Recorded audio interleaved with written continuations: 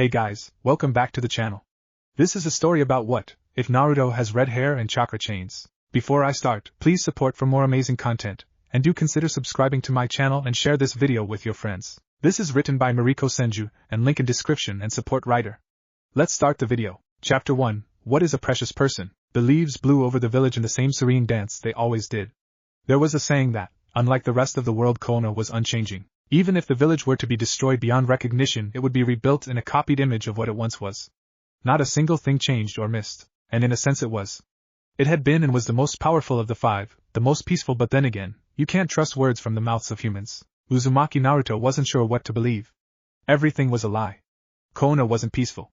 It was ignorant. It was blissfully unaware of others outside of its own consciousness. Too arrogant, too foolish.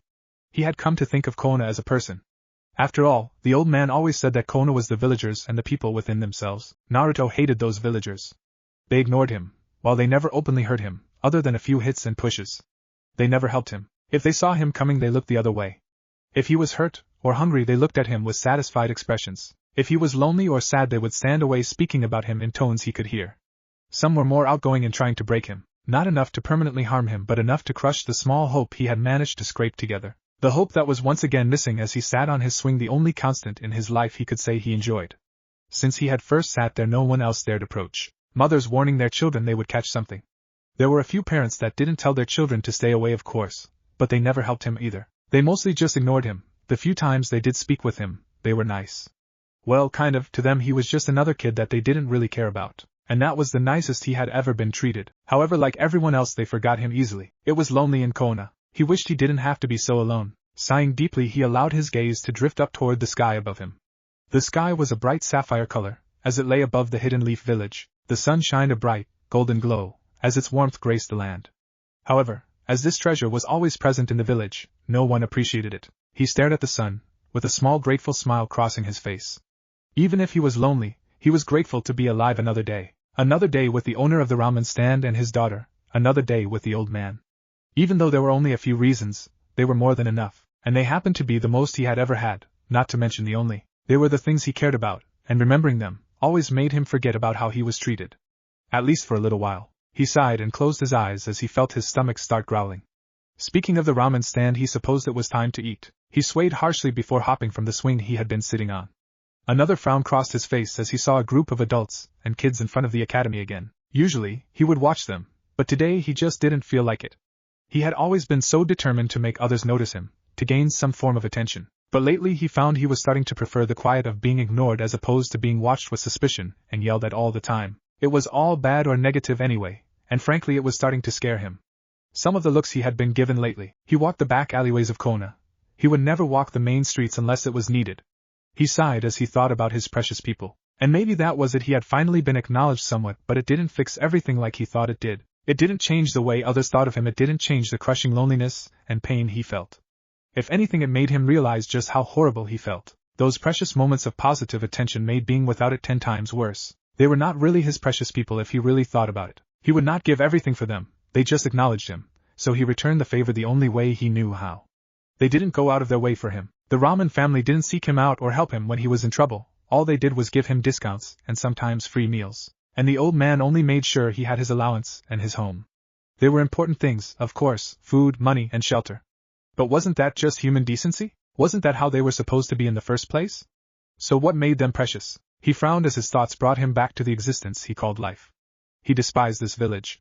He hated every member. He even felt remorse toward the ones he had deemed precious. They acknowledged him, but they never did anything. Oh, they were not like those people. The ones who did nothing. The ones who ignored his existence.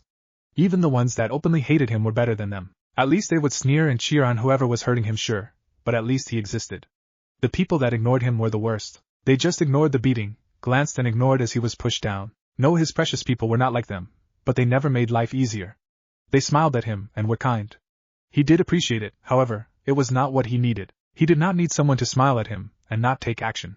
He did not need someone who tried to sympathize but then they go back to their warm home and family. No, he needed someone to be there for him continually, to never abandon him in any situation. Something that would never happen if things stayed the way they were. So while the people that ignored him were the worst, he was learning something from them, and that was because he was learning from them. They didn't actively try and hide, hurt, or take things from him. So he noticed when they bought specific foods at the market, noticed how they treated other kids' herds, saw them correct their friends on their fighting stances or kunai holding, listened when they talked about training, or cooking, or painting, or cleaning, or anything they could talk about. He listened to everything. He learned from listening. And he could only listen when he was being ignored. So maybe being ignored was better? And if he ignored everything and everyone in return, well, maybe he would be left alone, and maybe they would feel as miserable as he did too. Maybe, he sighed as he walked through the alleyways. The darkness had never bothered him, and he got over the creepy noises. The feeling though, the feeling of being stared at, watched, hunted, it would not leave him on this trip. He sighed, as his pace hurried slightly. He needed to get out of here, maybe see those three that acknowledged him. He was grateful to them, they did accept him, at least a little bit. And even if he felt worse afterwards, it was better than this unease that he was feeling now. He walked swiftly through the alleyways. He took the familiar turns of the darkened area. Even with the bright afternoon sun, it was darkened and dismal. He wondered if there was ever a time that light touched this area. He sighed once more, taking another turn. As he walked this small corridor, he felt something near. He frowned lightly and paused for a moment. Sometimes it was best to simply stand still, that way you can see what the disturbance is. This time he was right in that thought. He glanced around him, taking in the dark shadows and dim light, when suddenly something flashed nearby. He ducked under an object that was flying toward him. He blinked and looked behind him to see a large butcher knife, implanted into the wood of the building. He childishly felt bad for the knife. It would probably hang there all alone for a good while. He turned around toward the nearing footsteps. There were two men. They were rather big, and even Naruto could smell the stench of alcohol. Naruto knew something bad was going to happen. Naruto crouched lowly near the wall of the building he was behind, trying to not be seen, as it would just lead to more trouble. Unfortunately, they already knew he was there. Here, Demon One said in a sneering voice. Naruto knew he was calling for him.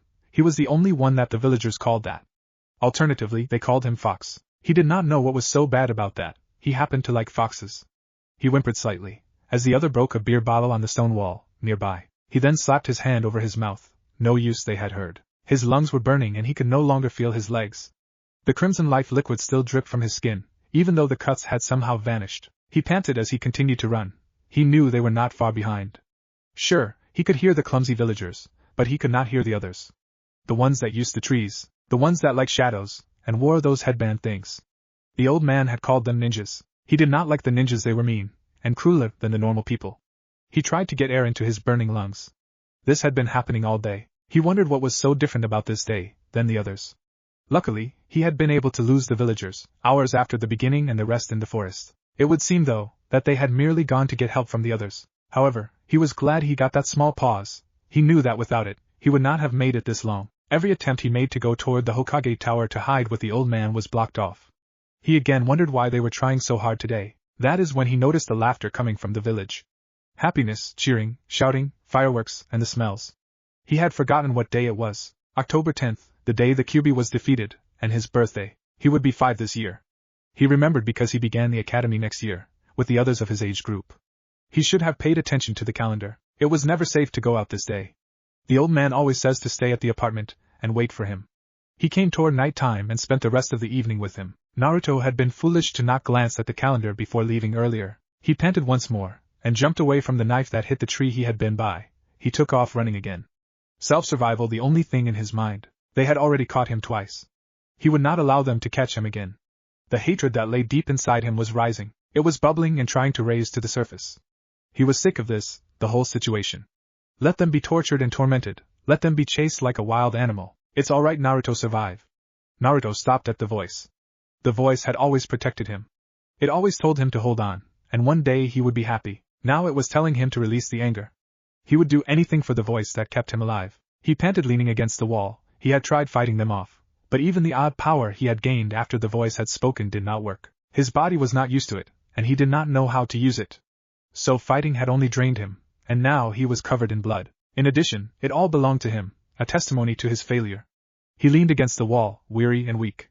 He could barely move, and he wondered if he would die this day. He whimpered as they surrounded him. The mob had grown.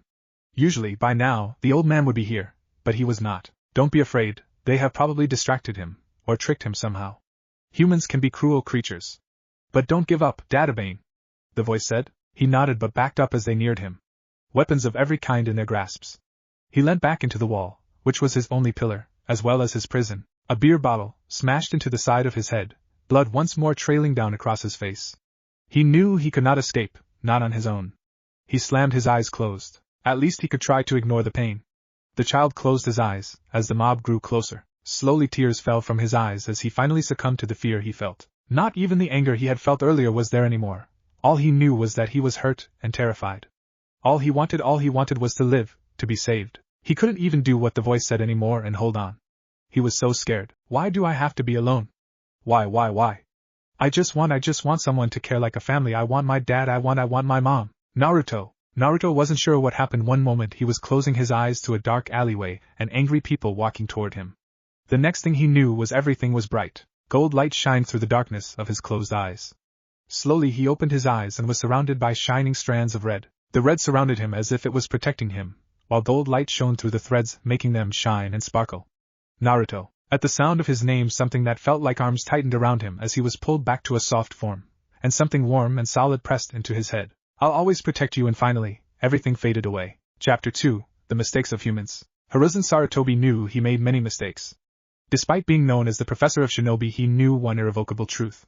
He was only human, and humans made mistakes. It didn't matter how powerful you were, how all-knowing, humans made mistakes because they were only human. It just so happened to be that he was a Hokage, and Hokages always made the worst of all mistakes. The first Hokage ignored the fact that a comrade was losing their will of fire and falling down a dark path, and didn't do anything until it was too late to fix it. The second Hokage tried to fix the consequences of the first Hokage's mistake, but only made it worse in the end. His natural distrust was spread amongst the village even if he tried to stop it himself, and make peace with those he had shunned. The fourth had made the least mistakes, but that was probably due in fact he had only been Hokage for a short while. Even then he had failed to find someone to replace him in case he died, and thus a retired old man had to return to the hat. Hiruzen as the third had made his own mistakes.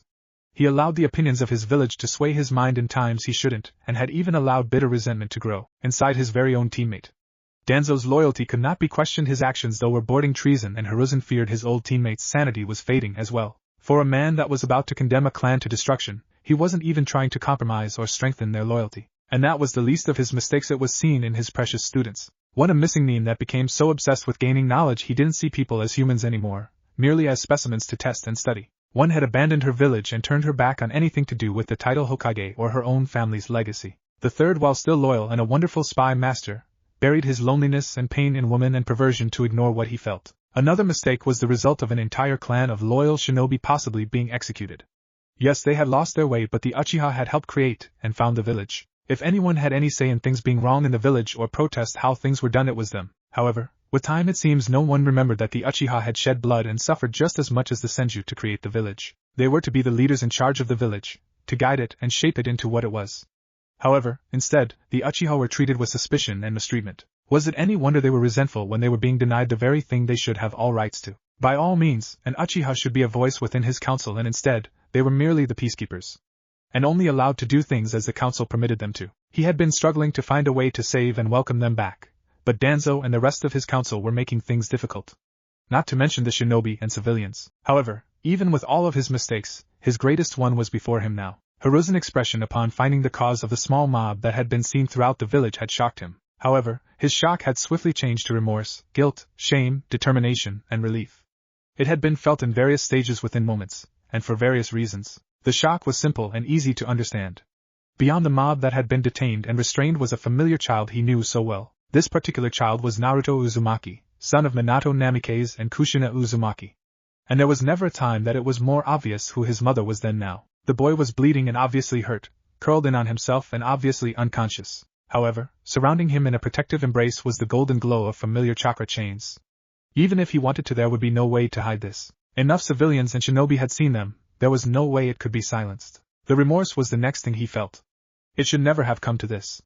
The villagers should have never felt a reason to seriously hurt Naruto. It brought him great shame that his village would go so far as to hurt an innocent child just because of their fear and misguided hate. Something that the first Hokage had been desperate to stop when he had created this village. He had allowed it to be known that Naruto was the Jinchuriki because that was the stipulation of all villages. The village was to know who held their greatest weapon and was responsible for what little treaty remained between the villages. To help strengthen their weapon and be aware that they were to be treated as a threat if need be, but ultimately to remember the sacrifice that a Jinchuriki made. However, this was not to be.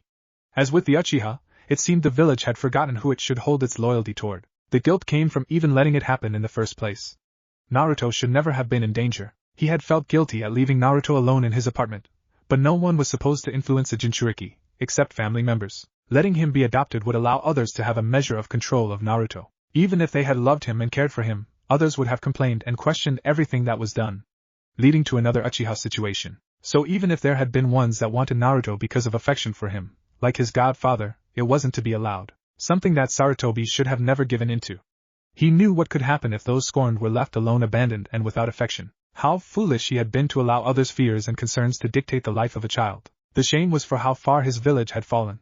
How far he had allowed his village to get away with things he disapproved of. How far he had allowed them to get away with getting their way and talking around him. More than anything, he felt shame for allowing Minato and Kushina's legacy to be treated in such a way. He had watched them say their farewells to their son, had watched them die to seal the Kyuubi and protect Naruto. He had felt the love and adoration they had for their child, Kushina's pain and horror at not being in her son's life, Minato's determination and regret. Their reason for leaving Naruto in the care of the village was for him to become strong and loyal. They expected their son to be guided and looked after by those they had known.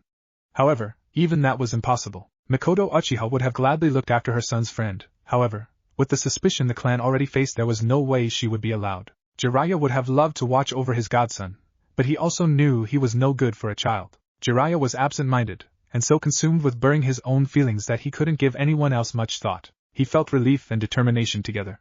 He was relieved that, obviously, Kushina was still here looking over and protecting her son. Her chains wrapped around her son lovingly while snapping and aiming for those that came close. Kushina was always a force all her own. It was to be expected that even death couldn't hold her completely. He was relieved that Naruto was obviously being protected somehow by someone. That brought him a strong measure of determination. Even death wouldn't stop Kushina from protecting her son and looking after him. And here he was still alive, and he couldn't even control his council, or the villagers. It was obvious that a number of Uchiha were committing treason. They were too far deep. But to punish the whole clan would be the same as him punishing the whole village for how Naruto was treated. He couldn't allow this to continue. He couldn't allow the will of fire to be snuffed out and forgotten. And he wouldn't. He was an old man who had seen too much, and he was tired. He had allowed his age and his grief at his wife's and daughter's death to consume him. He had allowed himself to fall so far. He knew that the Tsuchikage would never allow himself to be controlled or weakened the way he had been. He had not been respecting the title he held, nor had he reacted the way a Hokage should. But that would stop. He was sure he would still make many more mistakes, and he didn't want to ruin the peaceful time they lived in. However, he would be the Hokage he had always meant to be, first and foremost. One that followed the first and second's teaching and tries to fix the mistakes both left behind. This was not a time of war, but that did not mean that he was merely a figurehead to watch his village without action. It was time to remind the village as a whole why there was a Hokage. He was not the Hokage to be the strongest in the village, nor was he a mere figurehead to give advice. He was Hokage because he loved his village and the people and wanted nothing more than to keep them safe. He determined to guide and keep them safe, to lead them toward unity as they had in the beginning. Even if that meant he had to be cruel to be kind, and maybe one day true peace could be born. It was cold, and it was wet. Naruto continued to lay curled on the damp floor he found himself on. Around him and throughout the room he was in were beautiful glowing gold chains. They trailed off in the distance, and were smashed into the walls he could see. They trailed along the place he was, some limp, others taut, and the rest circling slowly around him like a small hurricane. However, he wasn't worried. They were warm and they gave him a feeling of being wrapped up in someone's arms. When he closed his eyes he could still see strange bright red flowing around him. The sight made his heart ache with terrible sadness, and yet so much happiness, he thought it would burst. He didn't know where he was, only that he didn't feel alone anymore.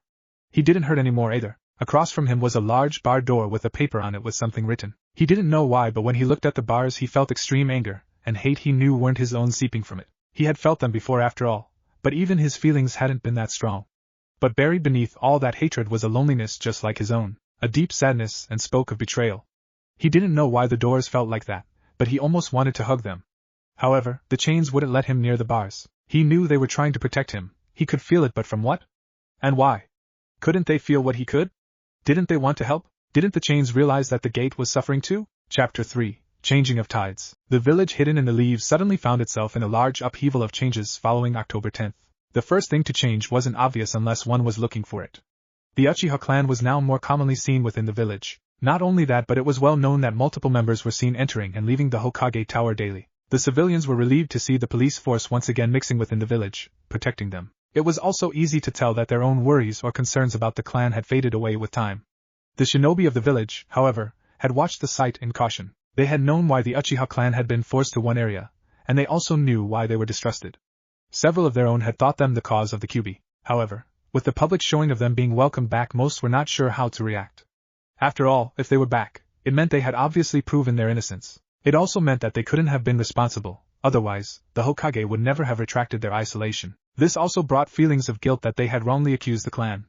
Even though their fear was completely understandable, there were others though, that kept their suspicion. Ones that had never gotten along with the clan, to begin with, or had noticed a shift with the Uchiha that had seemed suspicious. Another reason the suspicion wasn't completely forgotten was because even though most had rejoined the village, some had refused and or continued to act as if they were being isolated. Nevertheless, the Hokage was obviously working with the Uchiha clan from his own actions. Rather, it was to make up for the actions and distrust against them, or to stave off a bigger problem no one knew. The change that was most notable was how people were handled when it came to one Naruto Uzumaki. The third Hokage now knew that there was no way to keep the truth hidden. However, he also knew that there were those that had used his silence to their advantage. It was now determined that a silence clause was to be enforced. It was a simple thing children had long since been taught. Basically, if you can't say something nice, don't say anything at all. Or rather, be punished if you said something. He couldn't make people accept Naruto, or even be nice, but he could order them to stay away from and not interact with the boy at all. Hiruzen had never gone that far before, for he hadn't wanted Naruto to be completely alone. However, he had come to realize the child had been alone all along. His stalling and leaving things be had weakened the boy's trust in and even care for others. Hiruzen had started to realize this once he was finally able to retrieve Naruto from that alley. Luckily, Kushina's chains had recognized his chakra and had not attacked him. It had merely coiled around the Hokage and child as he walked up. Looking at the boy, he was saddened to see the most peaceful expression he had ever seen on his face. Naruto had never looked that happy or peaceful before. It also sent a jolt through him to realize that Naruto's happiness and smiles had never been truly real, or at least they were not deeply felt. The boy was excitable and naturally happy, of course, but it had mostly been exaggerated so that the hate he felt didn't consume him. Hiruzen, for all his faults, had not been blind to Naruto's unhappiness. He had seen the few rare glares the boy gave before he shoved them away with a smile. He had known all along the boy was burying his negative feelings, but it had never hit him just how damaging this was. It wasn't until after Naruto awoke that he realized just how much faith the boy had lost in the village. It wasn't until he had the boy in his arms that the chains slowly retracted back into the Naruto's body. Quite a few knocking Hiruzen's head along the way. Hiruzen merely smiled and acknowledged Kushina's annoyance, and knew that if she had been a living being she would have done much worse than a few taps to the head. Securing the boy in his grasp, he glanced back toward the remaining shinobi around him. His eyes sought out one, in particular, catching a shade of gray hair from the ANBU team on the nearby roof. His eyes then drifted down toward the few shinobi members that had remained after the rest had been detained and removed. Most notably was a frowning Shikaka Nara, whose eyes were trailing along the damage the chains had caused in keeping others away. There were other shinobi who also seemed to recognize the chains, those that were old enough to remember Kushina, that is. Sighing, he turned back toward them, holding Naruto tightly toward him. "Return to your posts," he said with a nod toward the shinobi. A few glances were exchanged, but they complied without complaint. Turning, he nodded toward the ANBU team, and watched as they jumped down before him. "You do know this can't be hidden, right, Lord Sandaime?" Shikaka asked as he slouched his way toward them. Hiruzen sighed but nodded in agreement. "I am aware, and I have decided that I have no intention to hide it," he declared, looking down at Naruto. Keeping the truth hidden hadn't helped the boy. Perhaps being known as Kushina's child would be for the best. Only a few had known of her and Minato being together. Besides, what right did he have to damn the boy for the chance of someone wanting revenge on his mother, when he couldn't even keep his own village from harming him? Kushina had been a dangerous woman. Perhaps using some of that reputation and fear would be a good thing, and he had already decided that he was not going to leave Naruto on his own any longer. Shikaka watched the Sandaime and sighed. "I figured," he said before giving one more look around the alleyway. "I'm sure we can fix this somehow," he sighed with a nod toward the Hokage. He could see the gleam of determination in the Sandaime's eyes. It was obvious that he was no longer going to play moderator. While it was a long time in coming, it would also be troublesome. The Sandaime was old, and despite still being able to fight in battle, that was completely different from managing and controlling the flaws of the village. He would need all the help and support he could get to fix things.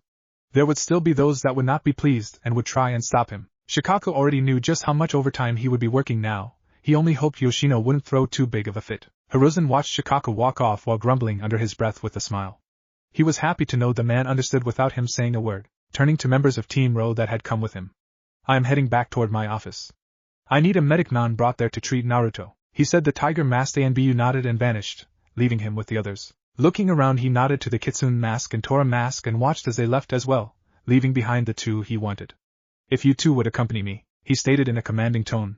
The gray-haired ANBU and shorter ANBU both nodded, taking their places on either side of him as he walked toward the Hokage tower. And walk he did. He was not hiding his anger from the village as they walked through the streets. Those he came across were ignored or brushed past, the anger flowing from the Hokage causing those weaker to leave the area completely. Those that remained were treated to a glare Hiruzen hadn't given since he was on the front lines during wartime. It caused unrest among the civilians, and distaste at the boy he was carrying. The shinobi were more intelligent, keeping their expressions clear, but they were also aware that the Sandaime was not going to forgive any of them for allowing this to happen. His chakra was hostile and choking. Those that hadn't been aware would be safe, but those that had known the boy was being chased and done nothing to stop it would be punished. And that was nothing compared to what would be done to those that had helped. When they had finally reached the Hokage's office, he was pleased to see Ayashi waiting at his desk. The man looked over the situation silently, as Hiruzen placed Naruto onto the couch in the corner of the room. His injuries are probably healing, but check him over, Hiruzen said, looking over to Ayashi as he walked over. The man nodded before kneeling before the couch and reaching out. As soon as his hands started glowing with green chakra, Hiruzen nodded and turned to the others in the room.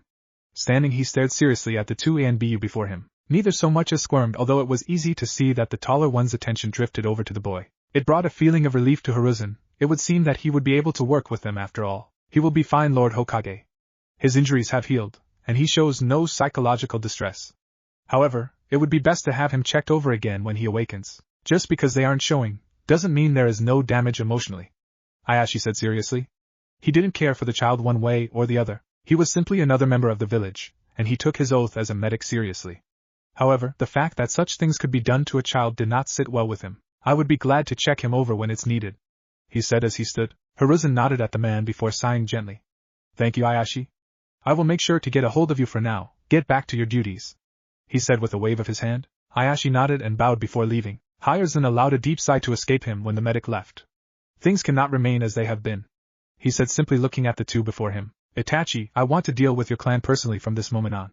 And avoid Danzo. I don't want him hearing of things yet. I don't need him making things worse before I can start fixing things. While your parents and other Uchiha members' disappearance during the Kyuubi attack was questionable, I do not believe they had anything to do with it. I have left the situation alone long enough and plan to welcome them back. If they refuse and continue their traitorous actions, then you know the consequences, he said solemnly to the boy that had recently brought to him news of his clan's plans. Itachi nodded swiftly and gave a small bow to Hiruzen. Hiruzen then turned his attention to the other. Kakashi, I know I've spoken with you before, but I think you should agree to my earlier suggestion, he said, shifting to glance over at the sleeping boy on his couch. I obviously cannot leave Naruto's care to the village, and I myself cannot do it either, Hiruzen says as he slips his hat from his head. Kakashi keeps silent, but shifts slightly in place. You are an invaluable ANBU, but it's obvious you would be more helpful elsewhere, Hiruzen said as he made his way around his desk and took his seat. I know you feel like you failed them, he said, catching the flinch Kakashi couldn't stop before he averted his eyes. You have no reason to blame yourself. I failed them as well. You at least were a child. However, now as an adult, you can make up for it, he said with a knowing smile. Kakashi shifted, glancing at the child once more. Kakashi had been around the child when he was still an infant. The Hokage had been able to look after him for his first year of life, and Kakashi had made sure to pop in whenever he could. He could still remember the first few nights after the Kyuubi attack. Naruto wouldn't be soothed by anything and had continued to cry. To be truthful, it had been soothing to Kakashi to know someone else felt the same pain as him. He had locked himself up with Naruto and cuddled the child, letting his own misery out with him. He hadn't sobbed, but he had cried silently and held the boy tightly, feeling Naruto do the same. The Sandaime would check up on the two of them and help Kakashi with Naruto's needs. He had only allowed this to continue because Naruto was calmer in his crying, sobbing and whimpering in case of screaming. However, eventually, Kakashi had to be sent back to the field, more so while most shinobi stayed back to repair the village or strengthen their defenses. Since then, Kakashi had started making it a point to avoid him. They hadn't wanted to draw attention to Naruto after all, and Kakashi really wasn't in the mindset to interact with a child. The few times he had contact with the boy, he had been in full ANBU uniform. Of course, he had checked in on the boy every now and then, but he had never actually interacted with him. That didn't mean he didn't think about him. He was Sensei and Kushina's child after all. Now though, it wouldn't be suspicious if he placed Naruto in the care of one of the strongest shinobi of the village. Last night could easily play off him leaving Naruto in Kakashi's care. Not only that, but he was the student of the fourth who made the Jinchuriki seal on the boy. It was known that Kakashi knew basic sealing. They could play off that he knew about the seal. Of course, that meant Kakashi would have to be given a real crash course. Yes, after October 10th, the village hidden in the leaves once again changed drastically.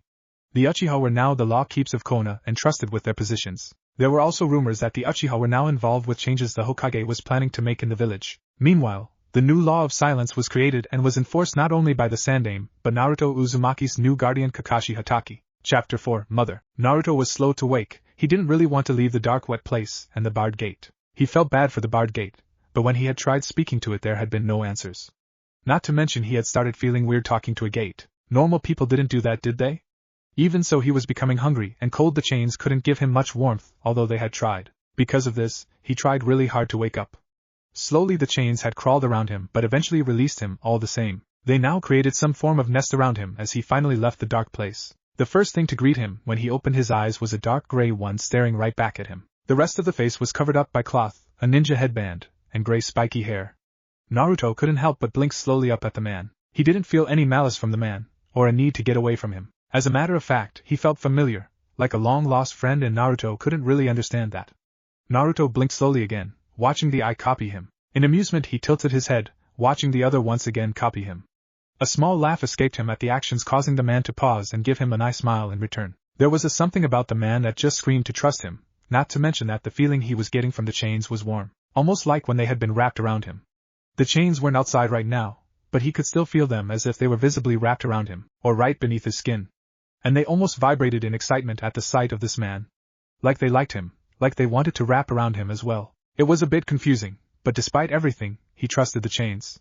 He could still remember loving words being spoken to him, and shining red. The thought of the strands filled him with warmth and joy. "I see you are awake, Naruto." Blinking away from his thoughts, Naruto looked up again, and saw old man Hokage standing behind the gray-haired man. He was smoking his pipe and watching Naruto with worried eyes. It suddenly reminded him of what happened. Sadness and despair filled him at remembering what he remembered. The villagers had actually attacked him. He didn't know why, but obviously, the Hokage had gotten him to safety somehow. Briefly, he wondered about the ones that attacked him but quickly shoved it aside. He had decided he didn't care about people like that anymore. If they wanted to hurt him, they weren't worth his attention and deserved what they had coming to them. "Old man," he said slowly. He watched as the Hokage continued to stare at him before sighing and giving him a small tired smile. "I was worried, Naruto. When I heard you were being attacked, I went out to find you. I was horrified to find out the villagers had attacked you, and even some of my ninja. Luckily when I got there you had been well protected by those chains," Hiruzen said as he removed his pipe and moved to sit it down on his desk. Naruto blinked again in shock. "Eh? The chains? You saw them too?" Naruto asked, pushing himself to sit up. Hiruzen chuckled as the gray-haired man took a step back. "Yes, I did see them indeed. They were wrapped around you and attacked anyone that tried to get close. Myself excluded," he said. "But then again, I wouldn't expect anything less from them." Naruto's eyes widened. "Do you know what they are?" "I was in a dark, cold place, but the chains wrapped around me and kept me warm. They even seemed to talk to me at times." Databeo. Naruto rambled in excitement. Naruto was shocked to hear the gray-haired man start laughing after he finished speaking and pouted at the man with a glare. He didn't understand what was so funny. Hiruzen shook his head as he watched Kakashi laugh at the familiar verbal tick. Kakashi turned to him, with a mixture of joy, remorse, and guilt in his eyes. "He has the same speech, huh?" he questioned in amusement. What does that mean, Databeo?" he demanded, thinking the man was mocking him somehow. "Yes, Naruto, I know what those chains were. They were your mother's," Hiruzen said, turning to look at the boy with a solemn expression. Naruto sat frozen on the couch, forgetting about the gray-haired man at the Hokage's swords. His eyes wide and his mouth gaped as he tried to understand what the man was saying. He said weakly. Both Kakashi and Hiruzen watched the boy's disbelief and sadness. It was horrible to deny someone who their parents were. It was a reminder to Hiruzen of the mistakes he had made. Other orphans at least knew where they came from. If they couldn't remember, they could at least look up who their parents were. For most cases, war orphans were always a different breed, but they were always cared for by Kona. Of course, it didn't change the loneliness or the fact that they were now orphans. At least they knew, if not who their parents were, then that they were cared for at the very least. Naruto couldn't, since his records had been created after the Kyuubi attack. His mother and father had been removed altogether. The poor boy. Hiruzen sighed and looked at the boy, opening his mouth to speak, only to be interrupted by Kakashi. "Yes, your mother was an amazing person, known for having a special chakra type. One of her abilities were the chains that appeared last night to protect you. They have several different usages, but your mother mostly used them to trap enemies, or place barriers. Her chains were unbreakable, so anything she captured could only be released by her. However, the chains are an ability, a bloodline that has to be learned and studied before it can be used. They also do not have a will of their own, nor do they move on their own." Lord Sandaime said that although they could have been brought out due to fear, that they should not have acted as they did. Kakashi spoke quietly to the boy as he knelt beside him. Lord Sandaime said that not only are these chains the very ones your mother used, they have her chakra signature, but they are infused with her will. In other words, the chains are filled with your mother's emotions and love for you. Naruto stared at the man with wide, teary eyes as he spoke to him. Chains infused with will? His mother's ability? Capture and trap, and barriers? He didn't understand all the big words really, but he did get it at the end. The chains had his mother's love for him, her emotions. What happened to my mother? He asked shakily in a quiet voice. Your mother was one of the people who died during the QB attack.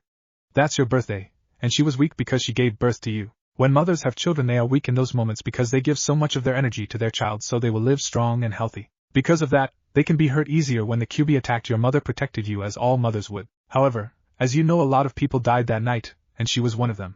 Kakashi said solemnly, remembering that his own mother had died in childbirth. He was merely repeating the words his father had spoken. It was the only thing he had never doubted his father on. Naruto blinked rapidly as tears started gathering in his eyes. What was her name? What did she look like? He shocked out, trying to be brave and keep the tears back. Kakashi smiled softly at the boy. Kushina Uzumaki. She was a bit of a tomboy with a horrible temper. She was extremely stubborn and opinionated. She was really pretty and had gray eyes and long red hair. And she loved you very much, Kakashi said, thinking back to remember any pictures he might have of her. Naruto sniffled, before reaching up and covering his eyes with his arm. He had a mother. She had died like a lot of people did, but he had had a mother, one that had protected him. One that had loved him. Shaking slightly, he started sobbing. He thought about all the times he had wanted a mother, all the times he had been lonely or hurt. When he wanted her there to tuck him in or kiss away his hurts or read him stories or gave him a hug or just tell him she loved him. He had always imagined what she had been like. Now he knew she had been real. Not only had she been real, she had been brave and strong, and she left him these chains that had her feelings in them. The chains that had spoken to him and told him they would always protect him. Feeling the chains tighten around him and warm up again, he couldn't help but start sobbing even louder on the couch in the Hokage's room. He had a mother named Kushina Uzumaki, who was brave and strong, who had a bad temper, who was stubborn and sure of herself, who was pretty and had gray eyes, who had long red hair, who loved him. Chapter 5, Roommates and Familiar Houses. It took time for Naruto to finish crying. Honestly, he thought it was a bit babyish and embarrassing. He just couldn't seem to stop, though everything was just too much all of a sudden. He also noticed that through it all the man with gray hair had remained at his side, and the Hokage had cancelled any meetings he had for the day. He was thankful to both of them, and happy they weren't mocking him like other people had when he cried. The man had been kind and stayed by his side. He could feel a comforting aura coming from him, and had a feeling the man had wanted to hug him, but had been unsure if he would be allowed. He had wanted to tell him to go ahead, but while he was too busy crying, the Hokage had looked guilty and mournful the entire time. So while Naruto couldn't help but feel annoyed with the old man for not telling him this sooner, he also forgave him for it as well. Slowly taking a deep breath, he looked up at the man and finished wiping the last of his tears away. He watched as the man blinked his own watery eyes in determination and knew that he was someone he could trust. "Who are you?" he asked quietly, his throat scratchy and rough. Kakashi glanced over toward the Hokage and noticed that he was getting a pitcher of water along with a glass to bring over. He turned back to Naruto and smiled. "I'm Hokage Kakashi. I'm very happy to finally meet you, Naruto-kun," he said, giving another eye smile. Kakashi, Naruto whispered under his breath. He looked up and took the glass of water the Hokage gave him with a small smile. "To finally meet me?" he asked in confusion. Kakashi nodded. "As you can guess, I knew your mother, so I knew you were born. However, after the QB attack, we had less ninja, and I'd been doing a lot of important missions. Because of that, I haven't been in the village very often and hadn't been able to meet you until now," Kakashi explained. Naruto looked thoughtful as he slowly nodded, taking a drink of water. "I see you must be a great ninja to do important missions, Kakashi," he said, amazement growing in his eyes. Kakashi shrugged. "I am a loyal shinobi of Konoha," he said in agreement. Hiruzen laughed lightly. "Kakashi here is one of our strongest ninja, Naruto. He indeed does a lot of important and secret missions." "Wow, really? That's so cool," Naruto declared in joy as he stared at Kakashi in awe. Kakashi merely rubbed the back of his head awkwardly, sending the Hokage a blank expression. "Yes, however, I don't have any more missions to do, and as such, I'll be in the village a lot more now. So I wanted to make sure I met you this time, Naruto-kun," he said, smiling again at the boy. "Also, I was wondering if you wouldn't mind a roommate?" he questioned in a sheepish tone. Naruto blinked rapidly in confusion as he stared at Kakashi. "A roommate?" he questioned in confusion. Hiruzen smiled at the boy's confusion. "Naruto, after what happened last night, I want to make sure you are safe, and so does Kakashi. Since he won't be doing missions all the time, he needs an actual place to stay. A home. He asked if you could stay with him, and in return, he will look after you and keep you safe," Hiruzen explained gently. Naruto's eyes widened once more as he stared between the two. Kakashi wanted to stay with him and take care of him? He wouldn't have to be alone anymore? He didn't even mind Kakashi being there to protect him too. After last night, he didn't trust anyone anymore. Except for these two and the ramen stand family. Still, Kakashi actually asked to take care of him? No one had ever taken care of him before, no one had wanted to. But Kakashi did? He felt the chains vibrate more and a feeling of excitement enveloped him that he knew wasn't his own. "Kakashi will protect you, Naruto. Trust him, the voice Naruto now knew to be his mother spoke in his ear. Hiruzen and Kakashi watched as several expressions crossed Naruto's face. For Kakashi, it was a new experience. He was not used to people, children in particular, so it was amusing to see how fast Naruto changed expressions and emotions. It was yet another reminder of Kushina. Yes, Naruto whispered before grinning, his own excitement filling him at the thought. He would have someone to look after him. Someone to care if he was hurt. Someone to be there so he wasn't all alone. Someone who could cook, or read to him, or teach him to read on his own, or maybe even play with him, or train him. I would love to live with you, Kakashi. It would be awesome, Dadabayo, he declared. He trusted his mother's chains, and Kakashi had known his mother, could tell him more about her, and maybe even his father. And Kakashi seemed so cool. It would be awesome to live with him. Kakashi blinked before grinning under his mask. The child's emotions were infectious. Which was either bad for a ninja, or really good if you trained him to manipulate. This kid was going to be dangerous, he just knew it. But Minato-sensei's eyes were staring at him, from Kushina's face with Kushina's grin. No matter how dangerous or troublesome this kid would be, it would be worth it. This was the child they were so happy about, that they loved so much and left behind as their legacy. Anything this boy did would be worth it. Maybe not. Kakashi stared at the stack of ramen bowls beside Naruto as they sat at the ramen stand. Naruto had been happy to drag his new guardian and the Hokage down to the ramen stand and tell the family all about his new roommate. The Hokage offered to pay, ignoring Kakashi's attempts to do so himself. Now he knew why. He had Kushina's ramen addiction and could out-eat her too. He turned to look at the beaming ramen stand owner. He doesn't eat like this all the time, right? He questioned quietly, a trickle of fear for his mission pay escaping his aloof exterior. Tochi chuckled lightly at the young adult. He can eat between 2 to 5, on his own normally without problem. As you can see, his stomach can double that easily. He only goes this far when Lord Sandaime is with him. Tochi said lightly.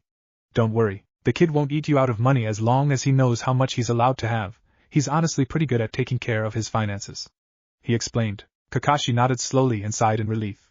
He didn't think he would be able to take care of the kid if all of his earnings went to ramen. At least Sensei preferred Kushina's home-cooked ramen, which made it cheaper.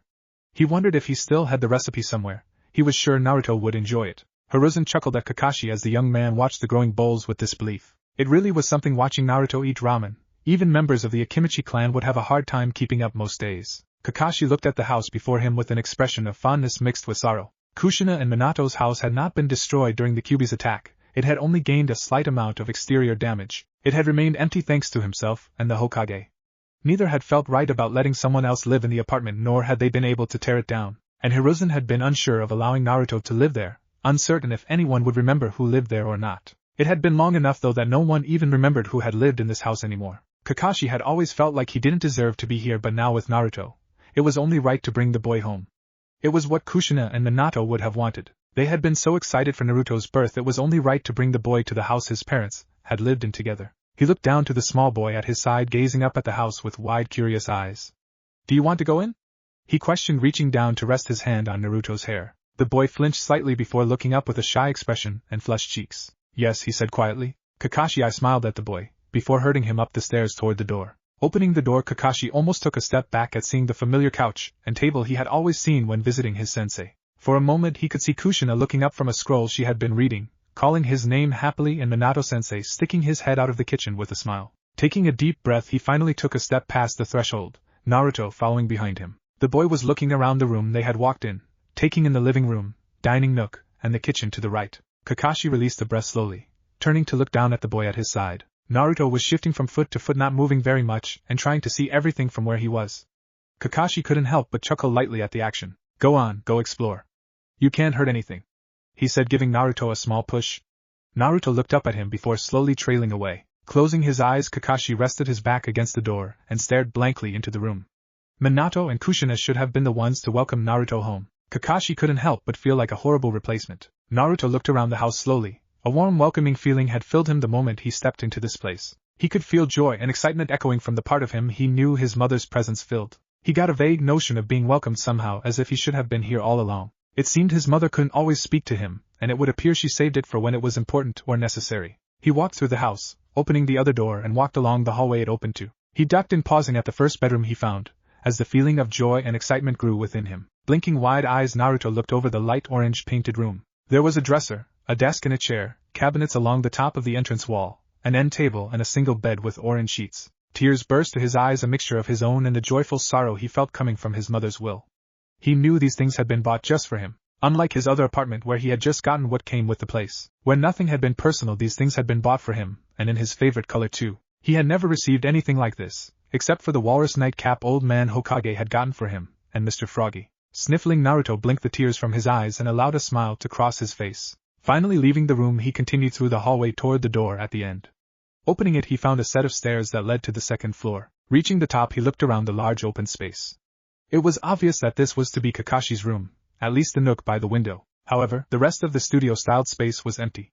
Looking close, Naruto noticed a few stains that looked like ink in the grooves of the wooden floor. He wondered what the rest of the room had been used for previously. Kakashi looked up when Naruto came back out of the hallway and smiled at the boy. "Are you done exploring?" he questioned brightly. Naruto nodded shyly, shuffling his feet towards the man. "Yeah, it's big," he said, trailing off. Kakashi nodded absent-mindedly, as he looked through the kitchen. The Hokage had already had the groceries delivered to the house, and he was wondering what to make for their first home meal. He had hoped to have found Kushina's recipe, but he hadn't unsealed his belongings yet. Still, he could make something nutritious and good for them. "You start the academy next spring, correct?" Kakashi asked as he started pulling things out. "Are you excited about it?" Naruto blinked and grinned brightly at Kakashi. "Yep. I'm gonna become a super cool ninja like my mom, just you wait and see." Kakashi blinked at the boy before smiling again. "You will you?" he asked. Naruto nodded enthusiastically. "I will, Dadabayo," he declared, causing Kakashi to blink and stare at him for a few moments. Slowly Kakashi broke free from his trance and nodded his head. "I believe you," he said simply. "You'll become great someday," he said seriously. Naruto stared at the man in shock before flushing brightly and grinning happily up at him. "Now help me with dinner. I think I can teach you a few things," he said, smiling again at the boy. Naruto nodded and dashed over to join him in the kitchen. Kakashi blinked, opening his eyes suddenly from sleep. His ears twitched, catching a faint whimper again. Shifting his blanket, he pushed himself to sit up in bed and listen for a few moments. Sighing, he stood and made his way down the stairs. Opening the door to the hallway, he made his way to Naruto's room. Again he heard another whimper. Reaching out, he slowly opened the door. Peeking in slowly, he noticed that Naruto was clutching onto his blankets, and tears were falling from his cheeks. Glowing golden chains were wrapped around him, trying to comfort and soothe.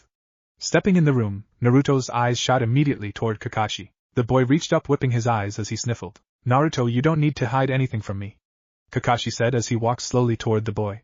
"If something's wrong, I want to help," he said, coming to the boy's bedside. "What's wrong?" he questioned. "I'm fine," Naruto mumbled into his comforter, the chains shaking in annoyance, causing him to pout. "It's stupid," he muttered under his breath with a frown. Kakashi tilted his head thoughtfully for a moment before he understood. "Did you have a bad dream?" he questioned lightly, sighing mentally when the boy jerked at his words. "Naruto, you went through something horrible." "It's fine to have nightmares, actually. I would be worried if you didn't. Everyone has them, even me," he said. Naruto sniffled, looking at Kakashi. "Even you?" he asked. Kakashi nodded. "Yes, as a shinobi you see a lot of bad things. And a lot of them will cause nightmares until you accept them or become numb to them," he tried to explain. He had been alone for his own nightmares as a child. His father, and Obito, but when Rin had died, Kakashi sighed softly and smiled at the boy. "But I was taught a trick on how to make the nightmares not seem so bad. A secret making it better," he said in a whisper. Naruto looked up. "A secret?" he asked. Kakashi nodded. "Yeah, do you want to know what it is?" he questioned. Naruto nodded. "Not being alone," he said simply, causing Naruto to blink in confusion. "Being near others, even if they are just in the same room as you, can help keep nightmares away, or at least not seem so frightening until you get used to them," he explained. Naruto continued to stare at him blankly, causing Kakashi to chuckle lightly. Sitting down, he took a seat beside Naruto's bed, using the headboard to lean against. "I'll stay here for the night, alright? I'll keep you company while you sleep so you're not alone," he said with a nice smile. Naruto blinked slowly. "And this will help?" he asked quietly. Kakashi nods. "And you'll stay?" Naruto asked quietly. Kakashi nodded again. "I will. I won't leave," he said. Naruto nodded slightly. "Alright," he whispered. Curling more into his blankets, he closed his eyes and tried to go to sleep. Kakashi watched Naruto for 10 minutes before the boy finally fell asleep. He continued to watch as the chains slowly faded away and sighed lightly, crossing his arms and legs and making himself comfortable.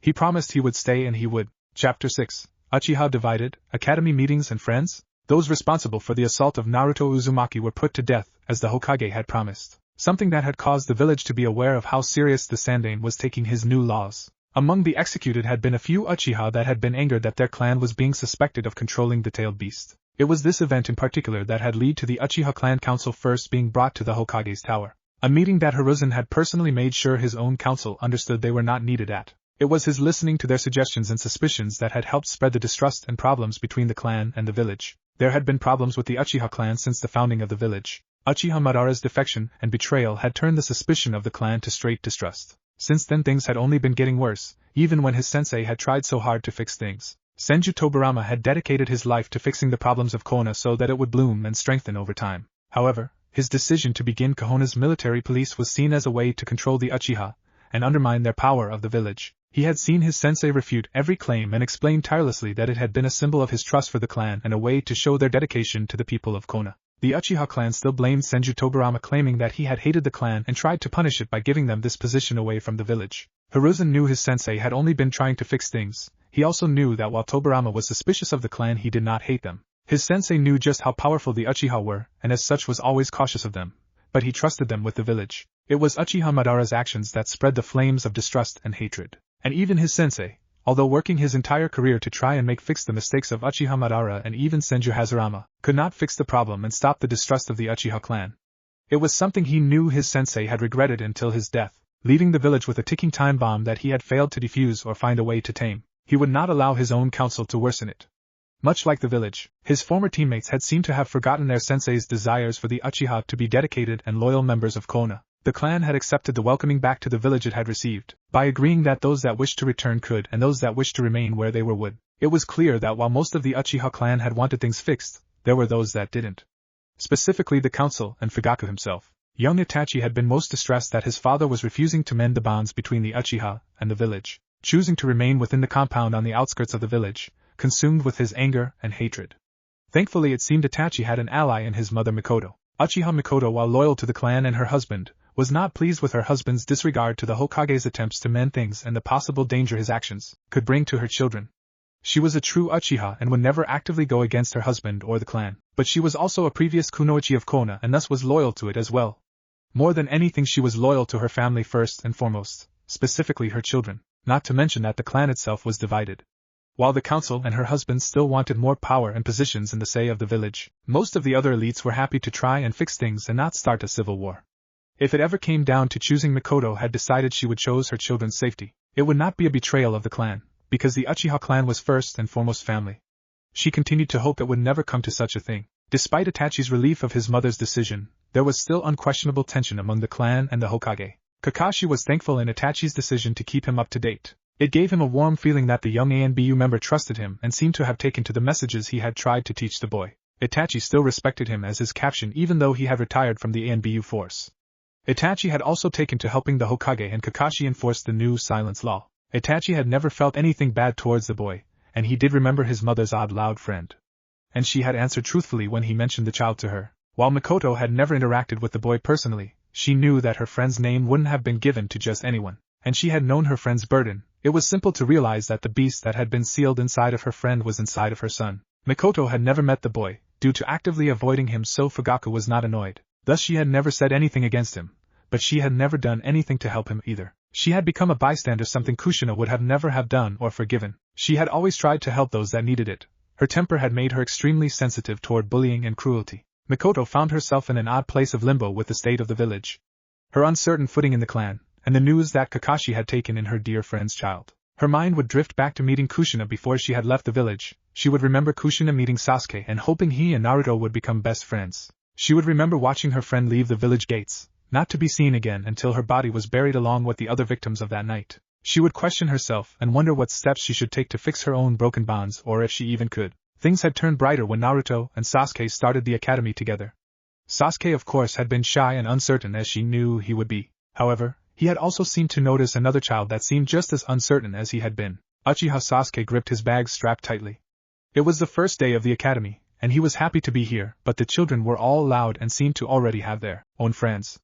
Of course, a lot of kids had been nice to him and seemed happy to meet him, but it seemed more because of his clan that they did it. There were even those that looked at him and stayed at a distance from him. The only other ones that seemed alone like him were the Hyuga girl who seemed to stand away from everyone else, and another boy who was watching everyone with eyes that screamed distrust and worry. Both seemed to be as afraid as he was, although for different reasons. The girl seemed to be trying to hide, while the boy wasn't sure how to interact or if he wanted to. Sasuke could see that in the way he shuffled his feet and glanced around, looking between the two. Sasuke took a deep breath and decided to talk to the boy first. He had never talked to a girl before and didn't know how to anyway. Walking up toward the boy, Sasuke froze for a second when those distrusting blue eyes locked onto him. Gulping, he couldn't help the odd feeling of static that seemed to fill him at those eyes. Taking a breath, he continued on, looking at the boy from under his bangs. "Hi," Naruto blinked, looking at the boy in confusion. "Hi," he said hesitantly back. He continued to stare at the boy, a bit confused that he hadn't looked at him with hatred, disgust, or fear. It was odd to meet someone whose parents weren't warning them away from him. The boy also looked familiar. He looked a lot like that older kid that he saw with Kakashi sometimes. The boy had always been nice to him, in a calm, soothing way. "My name is Uchiha Sasuke, who are you?" Sasuke questioned after he gathered his courage, standing straighter before the other. "Naruto Uzumaki." Naruto muttered toward the other. When the boy continued to just stand there and stare at him, Naruto blinked in confusion. The boy didn't react to his name. "What are you doing over here?" Naruto finally asked. Sasuke blinked in shock, not expecting the question. He berated himself, as he should have. Everyone else seemed really loud and noisy, and they all seemed to already have friends, he said, trailing off when he thought of how silly he sounded. Naruto tilted his head and looked around at the other kids. He hadn't really noticed it. Everyone seemed to get quiet around him and whisper, so he hadn't thought they were loud. But looking now, those farther away from him were a bit loud, and they did seem paired up. The boy with his dog that seemed to be trying to argue with the boy ignoring him, wearing a green hooded jacket, the light brown-haired boy with the sleepy-looking kid, and the blonde girl with the pink-haired girl. The only other one by themselves was the girl with the pale eyes. "Yeah, looks like it," Naruto said after a few moments, turning back to the boy in front of him. "So you were stuck with me, huh?" he questioned with a deep sigh, turning his eyes away to the side. Sasuke blinked at the odd tone the boy had. It almost seemed sad. Sasuke frowned lightly as he stared at the boy. "I'm not stuck with you. The others did try to play with me, I just don't like noisy people or groups," Sasuke said with a slightly sheepish tone. "Eh?" Naruto asked as he looked back up at Sasuke. He blinked rapidly in confusion before a small smile came to his face. "Alright." Sasuke blinked slowly in response. "Alright?" he asked. Naruto nodded. "Alright. Do you want to try and be friends?" he questioned. Sasuke took a moment to stare at the boy before a smile came to his. "Friends," he said with a nod. The two continued to smile at each other. Sasuke's a bit brighter and shyer, and Naruto's smaller and a bit unsure. "Iruka-sensei is interesting," Sasuke said with a confused glance in Naruto's direction. He wasn't sure why, but their teacher had seemed to react a bit strangely toward Naruto. He had been distant and seemed to avoid looking at the other. He hadn't been outright mean, but, "It's fine, all adults look at me like that," Naruto said slowly when he realized that Sasuke was disturbed by how their teacher had been acting. Their teacher Yumino Iruka had stared at him with the same eyes as every other adult he met. Naruto wasn't sure if his lack of hostility was Iruka's own decision, or if it was because of the silence law Kakashi had talked about. Kakashi hadn't said much about it, merely asked that he tell him if anyone said anything cruel or mean to him again. "That's not fair," Sasuke said with a pout. He wondered why the adults were being such idiots, and even some of the kids. It didn't make sense. Naruto wasn't a loud person, in fact he was rather quiet, suspicious looking and distrusting, but quiet. And he didn't seem stupid or anything. It was obvious he had some trouble with reading and writing. But when Naruto noticed Sasuke had noticed, he said that he was starting to get help with that anyway. Sasuke trusted his new friend. It was an odd feeling that Sasuke had a friend now. And one that didn't seem to know or ask about his clan. It was nice. "I guess not," Naruto said nonchalantly. It was just something he had gotten used to. In the past, it had angered him and saddened him. Now Naruto just couldn't bring himself to care all that much. So what if they didn't like him? So what if they treated him unfairly? They weren't close to him, they didn't know him, they didn't matter. In the past he had wanted to prove them wrong, prove he was a good boy, that he was worth their notice. But why should he do that? Why should he care if people who didn't know him liked him or not? He had people who cared about him. There was old man Hokage, and the family at the ramen store, and now there was Kakashi, and the nice man with the long blonde hair that had asked to go into his mind the day after he and Kakashi moved, and there were people who were willing to get to know him. There were people who would treat him like just another person. So why should he care about the ones that didn't even try? And his mother, he had her love, and she hadn't even been there to see how he grew up or acted. She had loved him from the beginning no matter what, and he would not waste her love by trying to make people like him. Sasuke frowned, tightening his hand on his bag again when he saw the sad expression on Naruto's face. It shifted a lot, being annoyed and sad that he could understand. He wondered what was wrong, but he didn't think he had a right to ask. "Hey, look at me when I'm talking to you, monster." Naruto's head shoots up at the words, however he finds himself pausing when it's not him they are directed towards. Sasuke had also looked over. He watched in confusion as a couple boys stood around the wide-eyed girl that had been in class with them. She kept her head down, and was ignoring the boys as she crouched in the circle they had formed around her. "Yeah, listen when we talk to you, creepy eyes." Sasuke and Naruto both watched as they continued to call the girl names and make fun of her eyes. Naruto frowned, a glare coming to his face at seeing the girl flinch. It reminded him too much of himself. Sasuke, however, was angry. He knew the Hyuga clan had special eyes like his own. He had even heard people call the Sharingan creepy before. What right did have to make fun of someone because they had something that made them better? Their father said it was because they were jealous. His brother though said it was because of fear. Either way, he didn't know much about the Hyuga's eyes, but there was nothing scary about a shaking little girl. Hey! Sasuke called, taking a step forward. Surprising Naruto and himself, Naruto because Sasuke had been quiet and happy all day, and Sasuke because he sounded much braver than he was. He didn't feel brave, just angry. The three boys looked up and took in the two glaring at them. Hinata jerked her head up, looking at the two boys with wide tear-filled eyes. That only caused Naruto and Sasuke to become angrier. What right do you have to call her a monster? Naruto demanded the boys as he took a step up beside Sasuke. Eh? Who are you two? And what are you going to do about it? One of the boys asked while the other two laughed. I'm Uzumaki Naruto, Naruto said, pointing a thumb to himself. I'm Uchiha Sasuke, Sasuke said with a sharp glare toward them, and Uchiha, one of the boys muttered, stepping back. The leader snorted. So what? That still doesn't tell me what you two idiots are gonna do to stop us? He sneered. A moment of unease filled Sasuke. His father had always told him to uphold the Uchiha name and not cause problems, but brother always told him to protect the village and the people in it. That's what they trained to do, right? Naruto, however, snorted in annoyance. Inside of him he could hear loud annoyed rattling coming from his mother's chains. An aura that almost felt like red-hot flames seemed to almost overwhelm him at the thought of this little girl being bullied just because she was different, just because they could. We'll kick your ass, dumbass, Naruto declared. You? Really? You're just a dumb little shrimp. The boy mocked. A joke filled Naruto for some reason at being called a shrimp. He had noticed he was shorter than his classmates, even Sasuke, but it wasn't fair of them to point that out. Suddenly that red-hot aura wasn't just inside of him, it was surrounding him. You take that back! Naruto shouted, suddenly lunging at the boy. Sasuke jumped at the action, watching as Naruto landed on the leader and started punching him. He watched in shock to see someone that had been so calm and silent all day suddenly snap like that. Catching one of the boys stepping forward towards Naruto and the leader, Sasuke reached into his pouch, grabbing one of the shrunken Itachi had promised to help him train. Stepping in the boy's way, he held it braced in his hand, the sharp edges glinting in the sunlight, causing the boy to gulp and step back. Above the scene stood two people watching, along with the Hokage himself with his crystal ball. At the sight of Naruto bashing the boy's face, and the Hokage couldn't help but pull his hat over his face in quiet resignation. It would seem despite his wishes Naruto had indeed inherited his mother's anger. Kakashi couldn't help the chuckle that escaped him as he rubbed at his face. He had seen Kushina take her anger out on others before. Naruto's hair didn't spiral up behind him. It wasn't long enough, but he had the same red aura as Kushina when she was known as the Red Hot Habanero. Mostly he had seen it when she was annoyed at Minato-sensei and Jiraiya-sama. Itachi remained silent, but a small smile could be seen on his face as he watched Sasuke move to protect his new friend. He had hoped Sasuke would bond with someone. As he watched the two civilians run away, he was happy to see Sasuke put the shrunken back and look over at the girl. Said girl was now standing watching them uncertainly. It would seem he didn't have to worry about his little brother forming bonds, he had done it on his own. Chapter 6, Sleeping in, Evil Genius, and Sing. The first day of the Ninja Academy on the year the Sandaime enacted the Law of Silence brought a lot of changes to the village hidden in the leaves. The largest of these changes was the meeting between Uzumaki Naruto, Uchiha Sasuke, and Hyuga Hinata. These three who truly had nothing to do with one another formed a bond, one of being different, one of being outcasts. The three of them had wandered home that night with a strong feeling of kinship and trust in one another, even if they had only met. They weren't quite sure why they trusted one another, only knowing that they did. Young Hinata was bullied because of her eyes and dealt with the disgust of her clan at being weaker than her younger sister. She was lost somewhere between being proud of Hanabi and dismayed that she seemed to hate her so suddenly. Sasuke, while not bullied, was treated with caution and distrust by a number of his classmates, and the upper years while living with a lack of his father's attention and the growing negativity of his clan.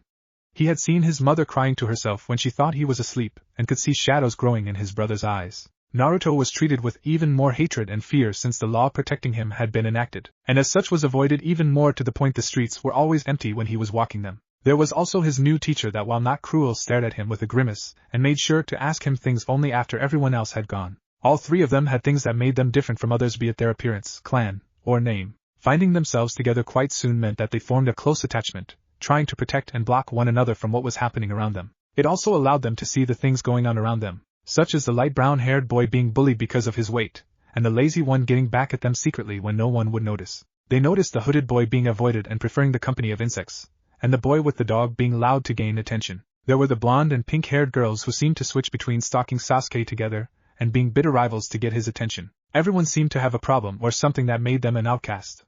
As the academy year went on, they came to learn more about their classmates and their own issues. They even came to form more friendships beyond their own.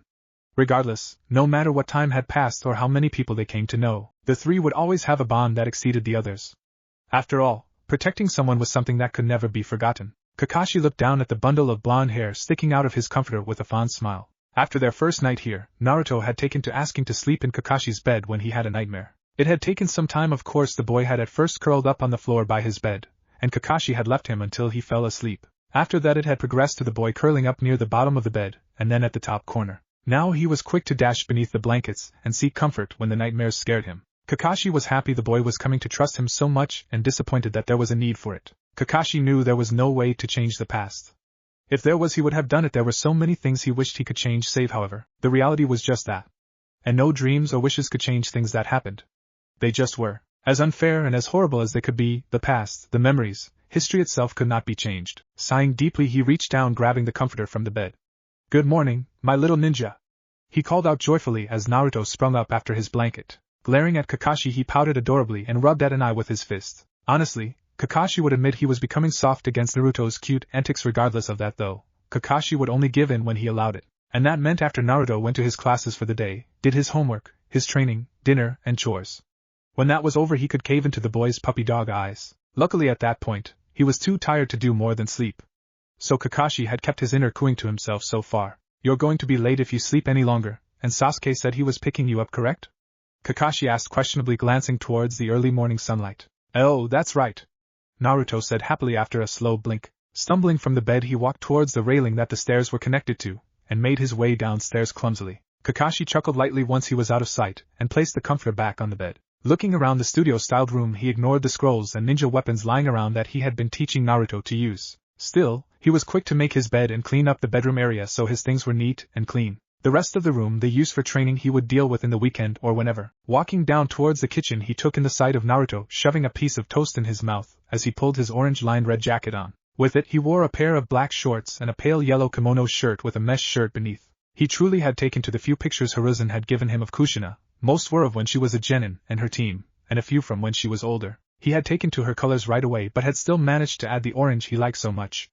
Honestly, it gave Kakashi a nostalgic feeling. Minato's yellow and Kushina's red, it was only natural their son would take to orange as his color. And while he found them a bit too colorful for a ninja, he supposed it didn't matter while he was in the academy. After all, his parents had never been for wearing dark colors either, and they had been quite successful in their careers. "Bye, Kakashi. I'll be back after class," Naruto called as he slipped his sandals on and dashed out the door. Kakashi gave a nice smile and raised a hand in farewell when Naruto glanced back before the door shut. Skipping down the stairs as he shoved another piece of toast in his mouth, Naruto couldn't help but hop slightly as he dashed in the direction of Uchiha compound. Naruto never actually went to the district Sasuke lived in. Sometimes when he had nightmares he still saw visions of red-black swirling eyes glaring at him. Sasuke usually met him halfway and then they would meet Hinata in the market district. Skipping down the stairs as he shoved another piece of toast in his mouth, Naruto couldn't help but hop slightly as he dashed in the direction of Uchiha compound. Naruto never actually went to the district Sasuke lived in. Sometimes when he had nightmares he still saw visions of red-black swirling eyes glaring at him. Sasuke usually met him halfway and then they would meet Hinata in the market district. The Hyuga clan did not like Naruto. They had realized that when they met Hinata during one of the festivals. The Hyuga member that had been with Hinata had forced her away and tried to tell her not to interact with him.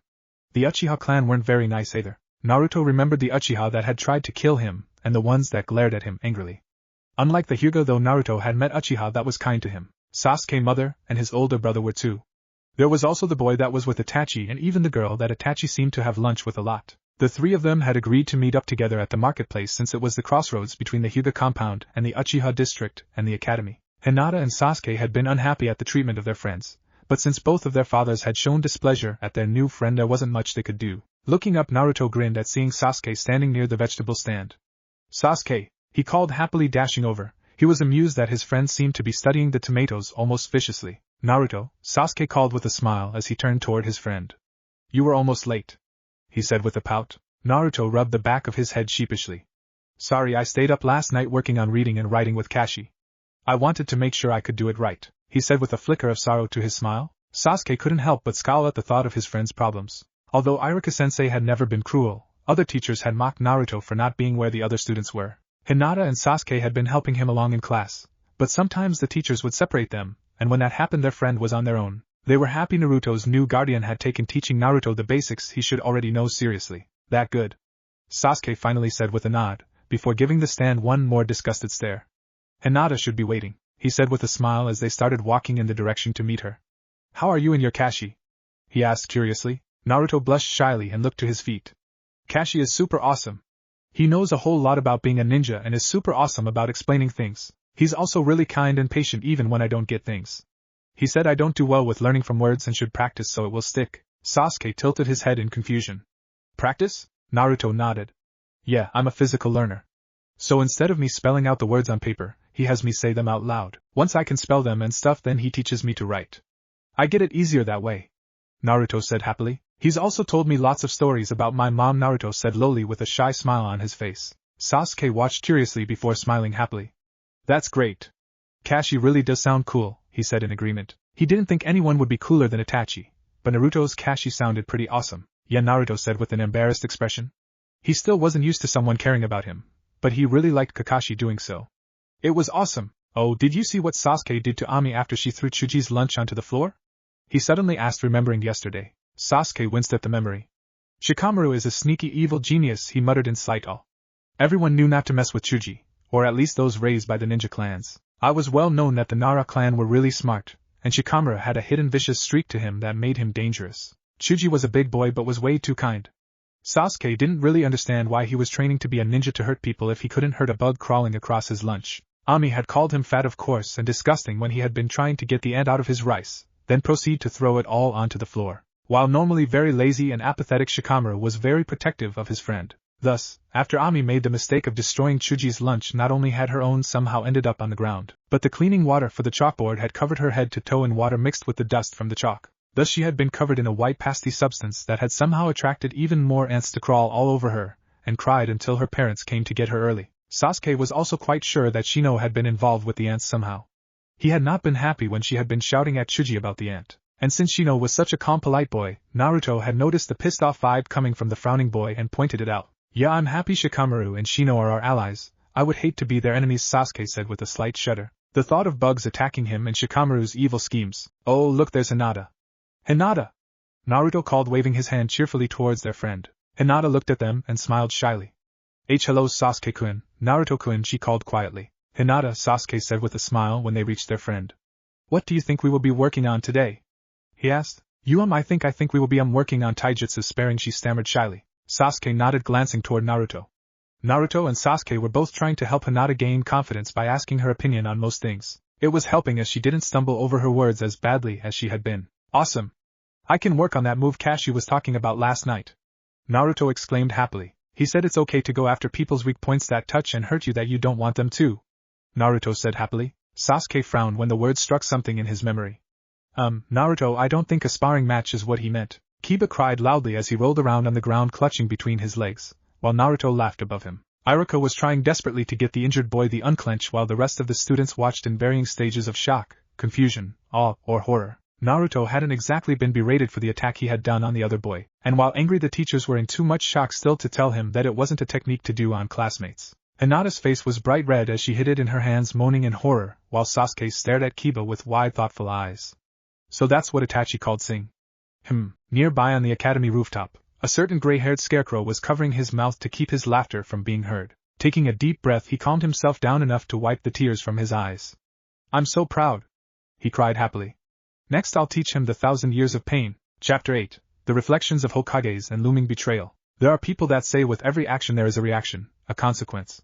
Senju Tobirama, known as the Nidaime Hokage, was a fierce and loyal man. While his elder brother Senju Hashirama wanted peace for everyone, Tobirama focused more on the children. Tobirama was a man that tended to focus more on the individual than the whole.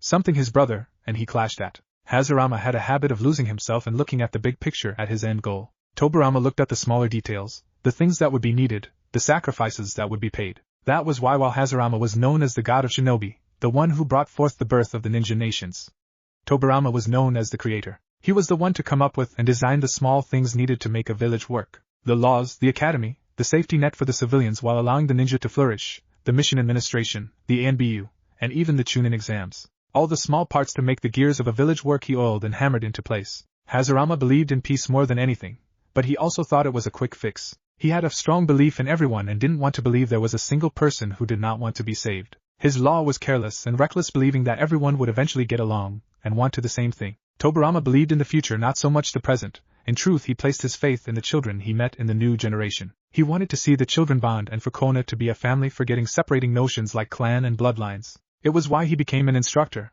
wanting to see firsthand the bonds that the children of his village were forming and would continue on for the eras to come. The Uchiha clan was an odd problem for Tobirama. During the Warring Era, before Konoha was created, the Uchiha and Senju clan were at war and bitter enemies. Tobirama was known almost as a monster to the Uchiha clan. An unstoppable force that was pale, silent, and as swift as the wind. He was merciless and would never leave an enemy alive. The only one to match him had been Uchiha Izuna.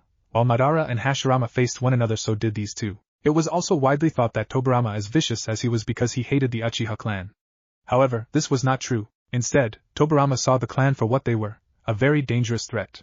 As comes from being a child soldier, beginning at 7, he thought it simple. You kill before you are killed, you take the threat out before it becomes too dangerous. Tobirama knew there was one thing that made the Uchiha more dangerous than anything, their powerful emotions. Thus, he was aware he would never be forgiven for landing the killing blow to Uchiha Izuna. During the war, it was kill or be killed, and as any true soldier, Tobirama had sought life. Izuna and Tobirama were not Madara, they could not play around trying to pretend to kill one another.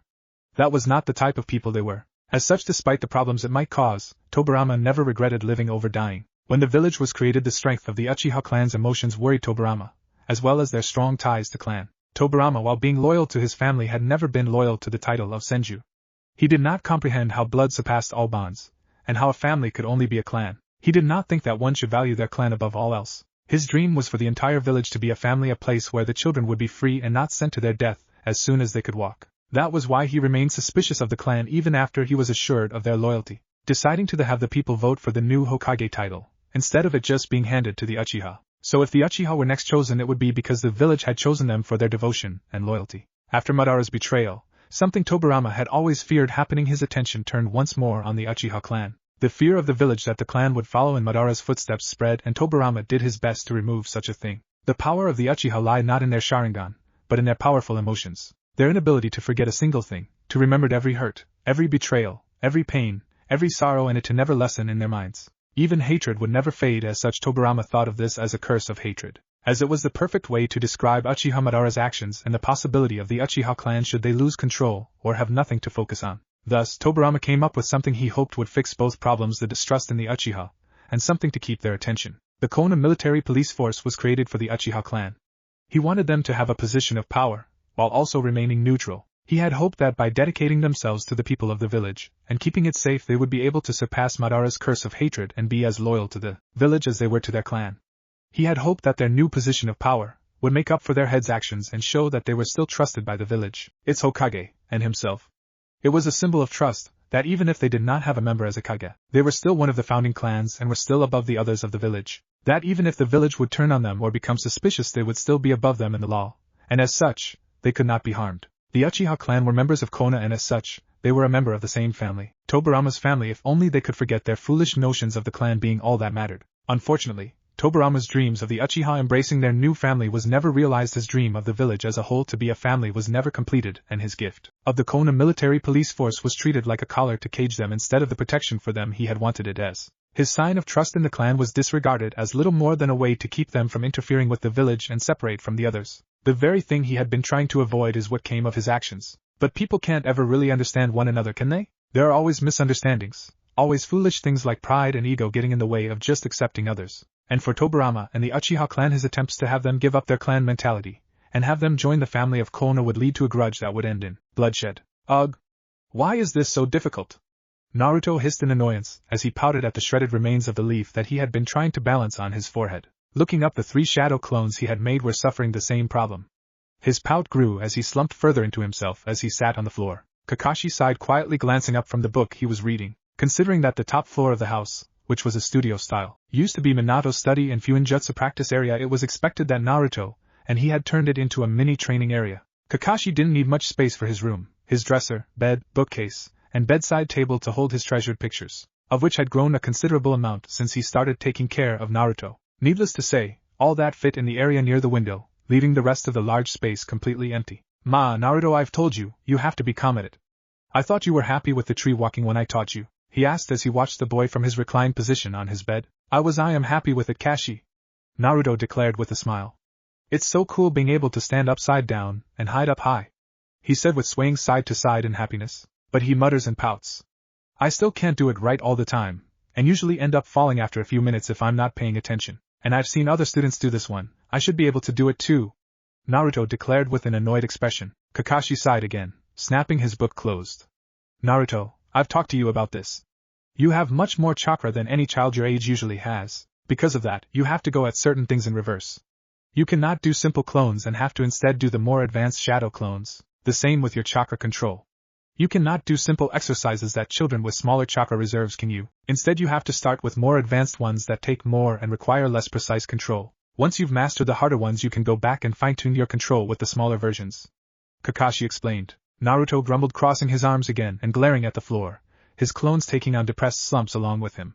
Kakashi couldn't help but smile. He was happy to see that some of Kushina's personality had remained behind, even if Naruto only acted like that at home, with him, or his friends. Eventually, the nightmares had faded, however so too had Naruto's trust in others and his happy disposition. For the most part, he had taken on Minato's more shrewd personality.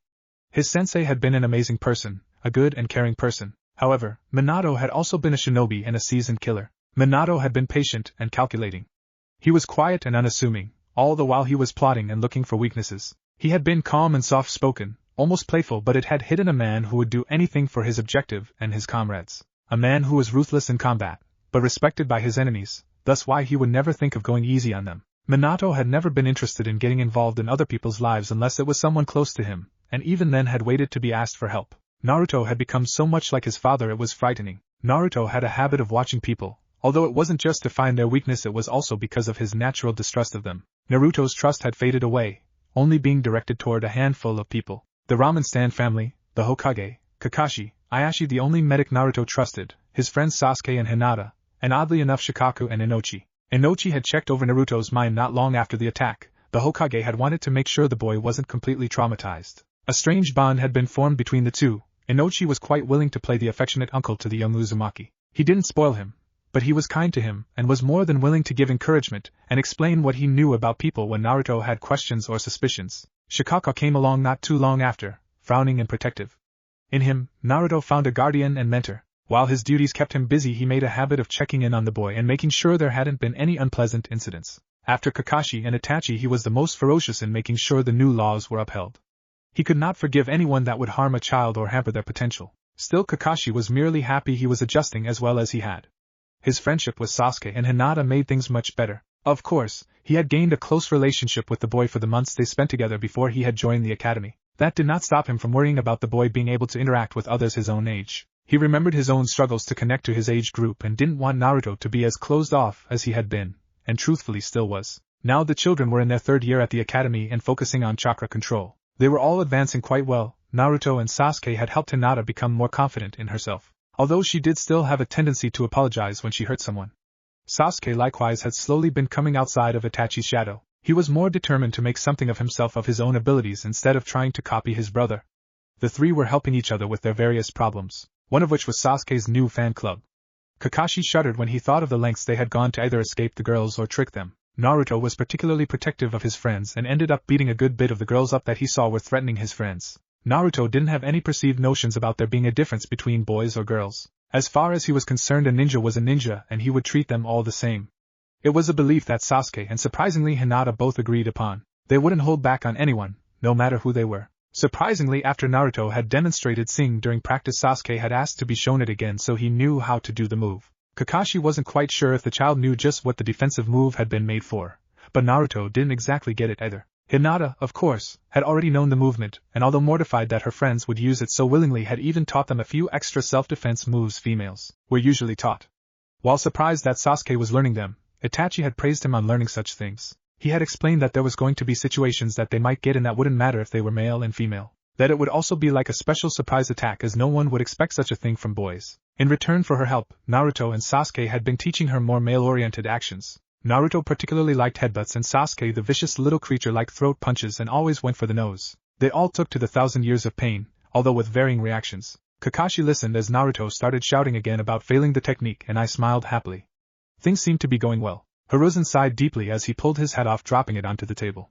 Things were not going well. The Uchiha clan remained divided, despite his efforts to fix the mistakes. There was also Danzo's manipulations and the new threat of the Akatsuki that had been brought to attention. A spy was needed, however. They only seemed to welcome missing Nins so far. Those that had been dissatisfied with how their village was or how they were treated. And then there was the problem young Itachi had brought to his attention. Or rather problems. Uchiha Shursui to see such a brilliant man lost to the treachery of Danzo, it truly was the last straw for Hiruzen. Unfortunately, Hiruzen also knew that Danzo had several tricks up his sleeve and an army of ninja that were sealed to loyalty. If his students hadn't scattered, perhaps he could have handled Danzo with their help, along with the other elite of the village. As it was, he simply did not have the strength to take the man down. The stolen Sharingan was another threat. And then there was the story Itachi came to him with. An Uchiha that had snuck past the barrier, and was claiming the name Madara. One that planned to make the problems with the clan even worse. Rather, he was truly Uchiha Madara as Itachi had thought, or someone else. There was no denying he was a threat, able to slip in and out of the village. Hiruzen would have to change the barrier inputs, and the only way to make it tighter was to completely dispel anyone that was dead or had defected. And that alone would take years to accomplish. Rather, there was now a powerful new pawn in this disaster. Hiruzen sighed deeply once more, and closed his eyes and thought. If only there was a way to set this newest threat on Madara himself. And then there was the issue of Akatsuki turning. Hiruzen allowed his eyes to open and rest on the faces carved within the mountain. His eyes froze on the Yandames for a moment before passing on to the Nindame, and showed eye. What would you two have done if you were here? He questioned. He knew his sensei would have wanted to fix things, but he would have been more than willing to terminate the threats, being the Uchiha that refused to agree. At a time like this, he could truly respect Tobirama's desire to remove all threats to Konoha. It truly would be simpler if he could just remove the bad roots and allow the trees to flourish once more. Reaching for his Kizaru, he allowed himself a few moments to relax and breathe in the smoke. A sacrifice would need to be made, but by who? Chapter 9, Hunting Moriko. Everyone is mad here. Seiko Moriko was someone Naruto couldn't quite figure out. She was the student of Ayashi and treated him completely normal. She didn't glare like the civilians, she didn't look at him with eyes of pity like Shinobi, she didn't treat him with kindness like Inochi, Shikaku, Itachi, Shursui, Izumi, or Kakashi. Truthfully, she was completely indifferent like her teacher. She didn't react to him in any other way than that of a doctor to a patient. She was polite, she was considerate, she was completely unbiased, and yet she absolutely did not care at all. It was something, Naruto found, that he craved in the rapidly changing life he had. Sure, he loved Kashi, and Sasuke, and Hinata, and all the others that had come into his life, people that cared about him. However, he had come to realize the expectations of wanting someone to be happy, of wanting to be better for them. Sometimes he just needed someone to look him in the eye and give him their opinion or advice and not actually care if they followed through or what happened next.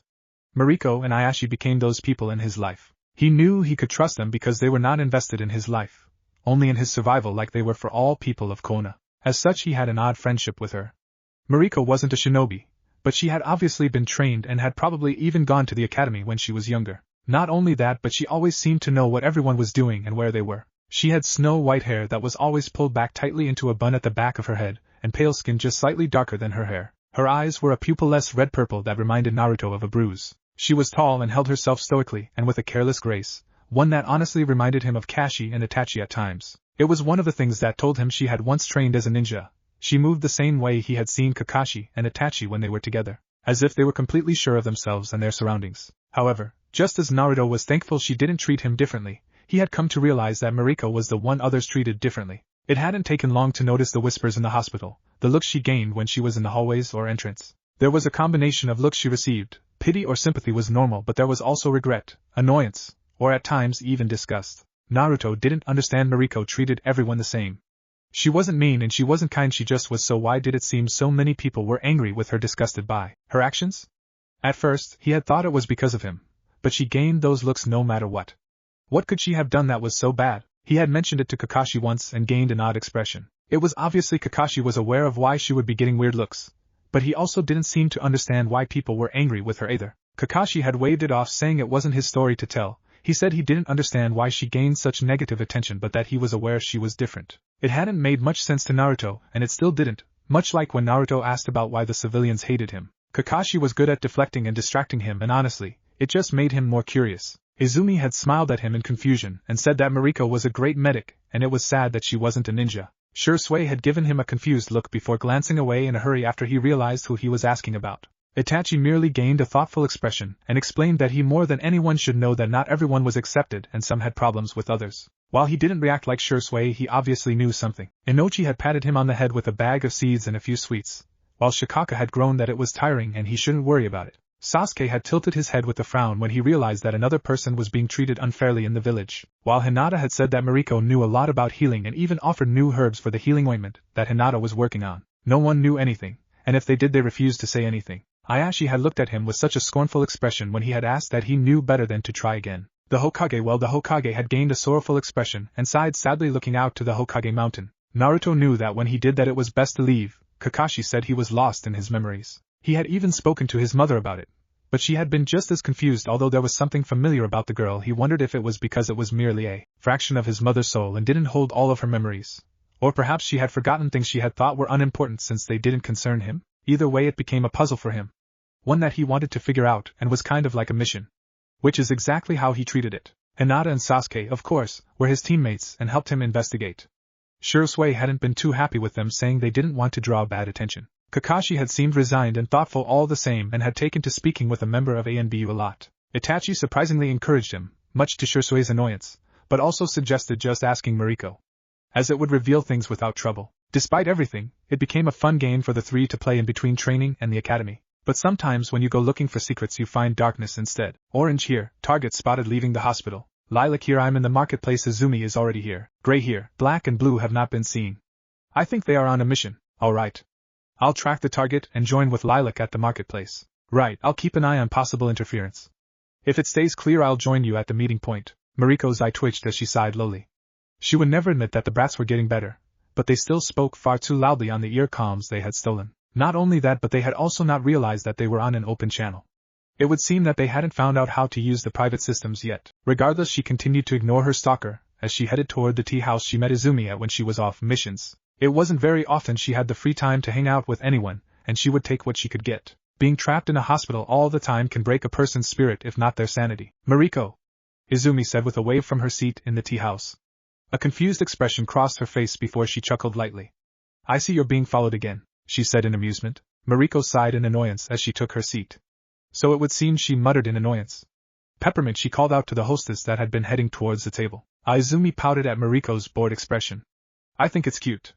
You have such a devoted fan club, she teased with a laugh. Mariko looked at her with an empty expression, before looking past her down the street. Hello, Itachi-san? She greeted calmly. Izumi's eyes widened as her smile softened, and she turned to greet the boy. I thought you couldn't make it, she called out happily, standing to hug the boy. However, Izumi froze in place seeing no one was there. Half standing, she continued to stare in confusion at the empty space, before realizing she had gained the attention of the tea house with her actions. Blushing horribly, she dropped back into her seat, glaring harshly at Mariko in mortification. How could you? She demanded, with tears in her eyes. Mariko merely sipped on her tea as she continued to watch the people pass by. Oh, I'm sorry. I must have been mistaken. Izumi dropped her head in defeat at the uncaring reaction of her friend. You're so cruel, she muttered. No wonder you and Shirosue don't get along anymore, she muttered with a huff. Mariko's fingers twitched at the girl's words as her gaze became sharper on the people around them. No, I suppose we don't, she stated quietly. Naruto growled as he leaned back in the tree he was in. That was so annoying. We didn't learn anything at all. All they did was talk about Izumi's missions. He sighed in annoyance, reaching up to rub at hhis hair. Calm down, Naruto-kun, I'm sure we'll find something, Hinata soothed calmly from below the tree with Sasuke. I don't think they would talk about anything important in public anyway, she muttered, pressing her fingers together in worry. She still wasn't used to having friends, let alone people that seemed to believe she wasn't a waste of space. She couldn't help but be worried that she would ruin things. We did learn something, Sasuke suddenly said as a smirk came to his face. Naruto and Hinata turned to look at Sasuke in confusion. Didn't you hear? Mariko and Shirosue used to get along. Naruto blinked as realization sparked through his mind. That means they knew each other. I knew he was lying, he said with a scowl on his face from being lied to. Hinata frowned lightly as she looked between the boys. Should we ask him again? She asked hesitantly. Sasuke huffed and crossed his arms. He's on a mission. I think Itachi went with him, or something. We'll just have to wait until they get back to ask, he said in an annoyed tone. Naruto sighed and dropped out of the tree. Well, I guess there is nothing we can do about it tonight, he said with a shrug as he looked to his friends with a small smile. I guess we head home. Hinata looked up, seeing that the sun would be setting soon, and nodded. I have to get back or I'll be scolded, she spoke sadly, gaining protective looks from the boys with her. We don't want that, Sasuke said with an angry tone to his voice. Hinata didn't speak much about her family, but it was obvious something was wrong. Naruto nodded sharply with a serious expression on his face. We'll meet up tomorrow then, he said, holding out his hand to the other two. Hinata looked at it shyly before placing hers over his, while Sasuke copied her with a smile. Kohona's detectives out, they cheered lightly, laughter in their voice as they finished their little chant. Mariko stood frozen in her kitchen as she stared at the bloody hand Itachi held out towards her. Itachi, she stared blankly, although a spark of panic was felt in her chakra. Mariko, Itachi cast a pained expression to the eye held within his grasp. I don't know what to do, he gave it to me in sure sway. Mariko stared at the panicking and do you remember? She watched as he paused to gasp for breath, seeming to choke on his words. It was a part that the Uchiha didn't let many see, the pacifist who hated violence, and was broken by the things he had done. She supposed she felt honored to see this side of him if she cared enough, or if she didn't already know she was most likely his only choice for help. After all, if it wasn't for sure sway. Stepping forward, she was slow to approach him, her hand making a very slow track until it covered his own, hiding the sight from him if only for a moment. Sure sway, she spoke hesitantly, taking a breath of her own before her voice would crack. I see. Mariko closed her eyes for a moment, before looking at him with a serious expression. What do you need to know? She questioned. Itachi had never been good at medical ninjutsu and probably had no idea what to do with a Sharingan eye, other than transplanting it somehow. And it wouldn't be a good idea to leave the prodigy alone. It was obvious that he was finally cracking. Sasuke panted as he ran as fast as he could. His mind was filled with fear and anger, and he wasn't sure which was stronger, or rather who it was stronger towards. Sure sway is. Sasuke clenched his eyes at the mere thought of what had happened. What his clan had accused his brother of. This was wrong, this was all wrong. Sasuke opened his eyes, seeing Naruto and Hinata waiting for him with smiles on their faces. Smiles that were quick to fade when they saw the panic and tears that covered his face. When Sasuke finally reached his friends, he didn't even stop himself from latching onto Naruto at full speed. Sasuke, what's wrong? Naruto questioned sternly as he wrapped his friend in a tight hug, Hinata hovering beside them, shifting in place as worry consumed her. Sasuke, she spoke quietly, not wanting to anger him. Taking a few gasping breaths and calming down, Sasuke looked up at his two friends. Sure sway's dead, he exclaimed in horrified shock, realizing it was the first time he had spoken the words aloud and recoiling from them. What? Hinata gasped, paling rapidly at the words. She had liked Sure Sway. He had been kind to her, he had taken her under his wing, he had tried to help her feel good about herself, telling her she had an importance in this life even if it didn't feel like it. He had been like she dreamed an older brother had been, and he was. Naruto's eyes narrowed as he grasped Sasuke's shoulders tightly. The Uchiha boy had frozen once he spoke, eyes wide and skin pale in shock it seemed. Sasuke, Naruto spoke calmly, sternly. Tell us what happened, he declared, giving his friend a slight shake. Sasuke took in a shuddering breath, as Naruto seemed to shock something back into action. Hinata and Naruto were silent as Sasuke spoke. As he explained what had happened at the compound where he had been visiting with his mother, of how Itachi was accused of killing Sure Sway, of Sure Sway committing suicide, of Itachi's words, and then his eyes, they changed, and it had been terrifying because they had been so empty and full of loathing even as they stared at Sasuke. When the story was done, the group was silent. Hinata's hand over her mouth to keep her cries silent. She had lost the only person she had started to think of as family since Niji, and Hanabi seemed to start hating her, the only one that had seen how little she thought of herself, how much she questioned, wondered if she even mattered. And he was gone. Clenching her eyes shut, she clenched her hand tighter as tears fell down her face. Sasuke had sniffled and wiped his face, moving towards Hinata and placing a hand on her shoulder. Sure Sway had been like another more annoying brother at times, but he had been family, and he cared for him. He knew how Hinata felt, but he and Sure Sway had only been getting close since Naruto, and he became friends. Naruto remained silent as he stared at the ground thoughtfully. His mind was going over the facts, what Sasuke had told him. Naruto knew he probably had a skewed version of reality. Death wasn't anything new to him, not since those nightmares of death and destruction had started, not since a mob of Konoha civilians and ninja had tried to kill him. Death was life and life was death, but suicide, that didn't seem like Sure Sway. And Mariko wasn't at the hospital today, he suddenly spoke quietly. Mariko couldn't say she was surprised when 3 chakra signatures appeared at her door. She had been expecting them since Itachi had finally left after she had forcefully gotten a promise of rest from him. That boy, then again, it wasn't any worse than the rest of this nonsense, was it? This world of constant bloodshed and innocence lost, where wars were started over something stupid like blood and people could attack and blame a child for something they were unaware they were involved in. This world to her, it was like a cancer, one that she hoped a cure could be found for, but was logical enough to accept the end result that it would only become worse. And now there were children stalking her. She closed her eyes, taking a deep breath as the knock finally came. Her hands were still harshly clasped around a tea mug, her thumb running over the edge as she had been staring into the reddish-brown liquid for apparently hours. When the knock came again, she finally allowed herself to curse and grasp her hair harshly in her hands before standing and moving her way towards the door and opening it. Naruto, Sasuke, and Hinata stared at the person in front of them with wide eyes. The purple had red purple eyes, the color of bruises, and pure white hair. However, this person's hair was loose and a spiky, crazy mess that trailed down their back in bunches until it reached somewhere below their back. The girl wore a blue kimono top, lined in a lighter blue with a matching sash, and loose shinobi pants. Instead of the bored expression they had been expecting was a blank one with sharp narrowed eyes. Said eyes narrowed even more as a sharp jerk motioned them inside. Let's get this over with. Moriko spoke harshly as she stared down at the children before her. She didn't owe them any answers, but she couldn't afford to deal with their stalking now, not now, and if that meant she answered a few of their ridiculous questions then she could handle that. What she couldn't handle was being followed by a bunch of naive wannabe killers. Moriko was polite though and made sure to offer the children green tea and some snacks. As she sat down with them at her coffee table in the living room, she stared blankly at the Uzumaki while he winced, sticking his tongue out at the tea, as the Hyuga girl held her own cup to keep from shaking, and as the Uchiha stared moodily back at her. Maybe this time you might want to ask me what you want to know. I do not have the patience for childish nonsense tonight, she stated stoically as she picked up her own tea, watching the Hyuga flinch, the Uzumaki wince, and the Uchiha's eyes narrow more. How did you know Shui? Sasuke started with demanding the team. I take it you know he has died? She questioned before taking a drink. Their reactions were telling enough that she didn't wait for their slow response. Shui was my teammate, she said blankly. Sasuke blinked in confusion. You're not a member of the police force, he muttered in confusion, gaining a long drawn-out sigh from the teenager. I am not a member of his team. I was his teammate when he was a genin, although it wasn't very long for either of us. She explained slowly towards the children. You were friends with Shui? Hinata asked hesitantly. Moriko paused, seeming to stare ahead thoughtfully. I suppose you can say I was friends with him, whatever that amounts to, she said, finishing with a snort. What do you mean? Were you not friends? And why aren't you still teammates? Naruto asked with a frown on his face. Moriko glanced off to the side as she thought for a moment.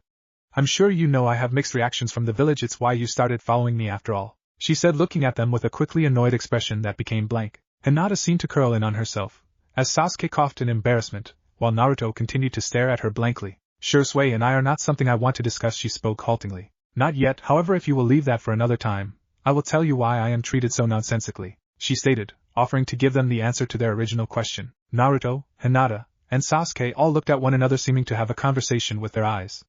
Finally, they all nodded, turning back to Moriko. Why do people look at you weirdly? Naruto asked. Moriko took a breath, sitting her tea aside and leaning onto her elbows on the table. In truth, it's because I am an experiment, she said bluntly, gaining confused expression from the children in front of her, causing her to sigh deeply. Years ago there was a race to recreate the greatest bloodline in this village. The bloodline of the Shodai Hokage, Senju Hashirama.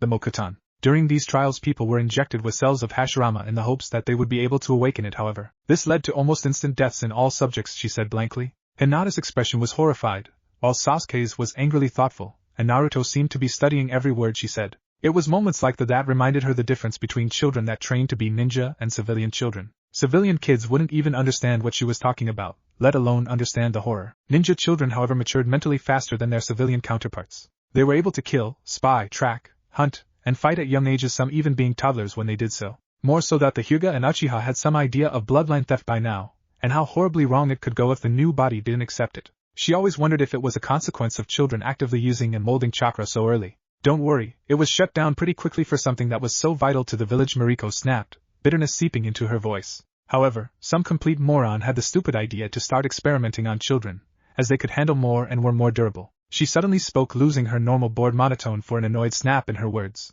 Needless to say, that too was a complete failure. Except for, well, as I said, I am an experiment, as a failure, and a success, she finished with a snort, as she suddenly glared down into her tea. How are you both? Naruto asked after a moment of silence. Moriko seemed to scowl down into her tea before a bitter laugh escaped her. The three children couldn't help but shudder at the sound, noise created from self-hatred and loathing, as well as self-pity. My brilliant intelligent, here Moriko choked before spitting out the next word. Mother was an assistant to the moron that experimented on children and had the ingenious idea of injecting a child while still in the womb, hoping that the foreign DNA would take while the child was still forming. This smart woman decided to use herself as the incubator and carried the child herself to inject. Moriko spoke harshly, an age-old hurt in her tone. Suddenly Moriko burst out laughing, a low-toned cackle that echoed around the room, frightening Hinata and shocking Naruto and Sasuke. They watched as Moriko laughed at the ceiling, leaning back in her seat before slowly falling forward to rest on the table as it slowly died down. They watched as she lifted her head to rub at tears that had gathered in her eyes. The genius that was my mother was too stupid to check the DNA she injected herself with, and instead of using Senju Hashirama's DNA she had chosen Senju Tobirama's DNA instead, the Nidaime Hokage. She finished with another cackle. So while she was successful in her attempt of manipulating a person's DNA before they were born, she used the wrong strand and couldn't give the village the precious bloodline they wanted. She finished with an amused expression on her face. And then, she died in childbirth, taking all her research along with her since she hadn't wanted anyone to steal her idea. A twisted grin crossed Mariko's face as she stared down at her reflection in her tea. Slowly it faded away, once again showing a bored reflection with blank eyes. Since it was a secret in a hidden village, naturally everyone knew. The only thing they didn't know was her process, and how she succeeded. It took another few years before everything was finally shut down, and it was forbidden to try any longer. Mariko stated with a shrug. Needless to say, having the DNA of the Nidaime Hokage wasn't what people wanted, but they would accept it either way. After all, Senju Tobirama was only outbeaten by his brother, or so they say, and was a legend himself. Having one of them was better than nothing, and I more or less was, in turn, thought of as his second coming. His reincarnation. So I was entered into the academy and trained from the time I could move, only to drop out of the ninja career and decide to become a medic, refusing to fight a single battle since. Mariko finished looking up to the children before her. That is what I am. I am a recreation of Senju Tobirama's DNA. I carry the Senju blood in my veins. I show care to the village and want to protect others by saving anyone and everyone I can by being a medic, no matter who or even what they are. However, I am also a disgrace for running from the battlefield. I am a coward for refusing to fight to kill. I bring shame to the Senju clan for being such a disappointment. I took their hope of having the Senju clan return to the front lines and become a legend once again, and I smashed it to pieces and laughed in their faces. And lastly, Mariko leaned forward, allowing a small true smile to cross her face as she stared at the shocked children before her. I refused to call myself a Senju and denounced the name, choosing Seiko myself, further mocking them by naming myself Mariko after the bloodline my mother lost by making such a stupid mistake. That is the truth of Seiko Mariko. Shimura Danzo. The name was one that held three reactions, three extreme emotions that could consume. There was the reaction of respectful obedience. The man was an elder, a member of the Hokage's council. He had been a member of the largest genin team in Konoha and had been taught by the Nidaime Hokage Senju Tobirama. If angered, could destroy your life and career in an instant. He had an impressive control of trust and power over the civilian faction of the village, and unsurprisingly the ninja forces. Respectful obedience, and even fearful acceptance were common things with the man. Danzo was an extremely logical man with a silver tongue who could manipulate the emotions of those around him as easily as he could decide what tea he wanted. It was understandable that Tsutobi Hiruzen, even as the Hokage, fell for his former teammates' manipulations. You cannot defend against something you trust even if you do have suspicions. There was the reaction of those that knew his secrets: fear, hatred, and even admiration. Danzo had a tight control over the village, and most of that control was through force or blackmail. Needless to say, in a world where children trained to kill and you were taught to not show emotion, regret was a common thing among the elemental nations. Secrets and horrible, unforgivable actions were just as well. Danzo was a tyrant to those that were under his command, and fear bred obedience, and over time, even admiration. He was almost meticulous in his actions, his plans and schemes, going so far to place seals on his own forces so they could not turn against him, or be killed in trying. He believed he knew the right way to protect Konoha and help it grow, and he refused to bow to another's suggestions. There was one more reaction to Shimura Danzo, only this one was more of a concern for children. Complete and full confusion, as they had no idea who Shimura Danzo was. As stated, this was either a reaction of a child or a visitor to Konoha who did not know about the man's work in the shadows. Children had a habit of ignoring the lessons on the Hokage's personal council. Since they would never be involved, why should they care who the three people were? Civilian children only knew of the man if they were warned away from him. For various reasons, you could say that this was the simplest, safest reaction to the man. After all, this meant that he had not paid any attention to you, or he had yet to find a use for you. These thoughts ran through Seiko Mariko's mind as she sat across from said man within Ayashi's office at the hospital. These visits were rare, but it only served to remind her that even if she had cut herself from the immediate control of the ninja forces, she had yet to gain true freedom. She had remained blank as the man entered the room, even as she offered him tea and now sat watching him drink it slowly. There was nothing she could feel around this man, nothing, because much like a feral animal, the second he scented blood he would strike. I see you are doing very well in the hospital, the man stated calmly. Unfortunately not as well as Tsunade would, of course, but you are not completely without skill. However, that is to be expected from one of our most promising ninja, even if only previously so. The man spoke in a tone that was relaxed, almost praising. Mariko, however, knew exactly what he was saying in that sentence alone. She could read it in his chakra signature, almost hearing the words in her mind. You are doing well enough to not be a complete novice, and unfortunately, since you show any skill at all with it, you cannot be removed and recruited elsewhere. It's the very least we can expect from one with Senju DNA, even if you are not a true member of that clan. It almost makes up for running away from the battlefield. She knew that was what the man was saying, but she could never call him out on it. Thank you for your words, Mariko stated bluntly. I do have years to go before I could even dream of being anywhere near as good as Tsunade-sama. To be truthful, I doubt I will ever do so, she said blankly, truthfully honest with her words. Tsunade had something she didn't, a drive and ambition. Of course, she doubted the Sannin had much of either anymore. A further sore point of just how disappointing her actions had been since Senju Tsunade herself had abandoned the village. Mariko had no need to live up to that woman legacy, or even attempt to do so. She was content where she was, being able to do what she could. Danzo stared at her for a moment, his eyes narrowing for a moment, as he set his tea down. I see that is expected though. Anyone that stood within your presence could tell you are a warrior. Your chakra gives off an intimidating feel not suited for a hospital room. Are you sure you don't want to rethink your retirement? He questions in a curious tone, playing the role of a concerned elder, as he should. Mariko, however, was no longer fooled by this man. She was aware she was suited for battle, for war. That was the problem, that she knew very well how heavy and oppressive her chakra was. Ayashi had taken great pains to help her manage it, to contain it to being merely intimidating in feel. And it was an inconvenience when dealing with civilians or children. However, Ayashi had also taught her it was useful as well, as the feel of it could stop stubborn ninja from running from their treatments. It was also able to force genin and lower-ranked ninja into compliance whether they wanted to or not. So perhaps she was better suited for missions with blood on her hands and enemies to slaughter. That she knew was true. I have to decline. I understand your concern, but there are times ninja need a more forceful presence to either gain compliance, or calm them into thinking rationally through the pain. I am quite content with my position, she stated with a bored sigh as she seemed to glance towards the window, her eyes taking in the darkening sky outside. A frown did cross her face though at an odd sensation that came to flash through her senses. I see. That is good to hear, Danzo finally replied after a moment's pause. His chakra was uneasy and coiling with tension, obviously not pleased but not making a move to become hostile. Mariko's frown deepened. Since the village safety is our utmost concern, I might have something to say, she suddenly spoke, almost hesitantly as her attention seemed to be elsewhere. Danzo leaned back in his seat. Oh? He questioned with an almost amused expression. It was most likely hard for him to take advice from someone who was too weak to give their life for these stupid battles. At the moment there is a hostile chakra signature within the village that I have never felt before, Mariko started, although she seemed to freeze as something came to her mind, a hazy memory of terror and destruction.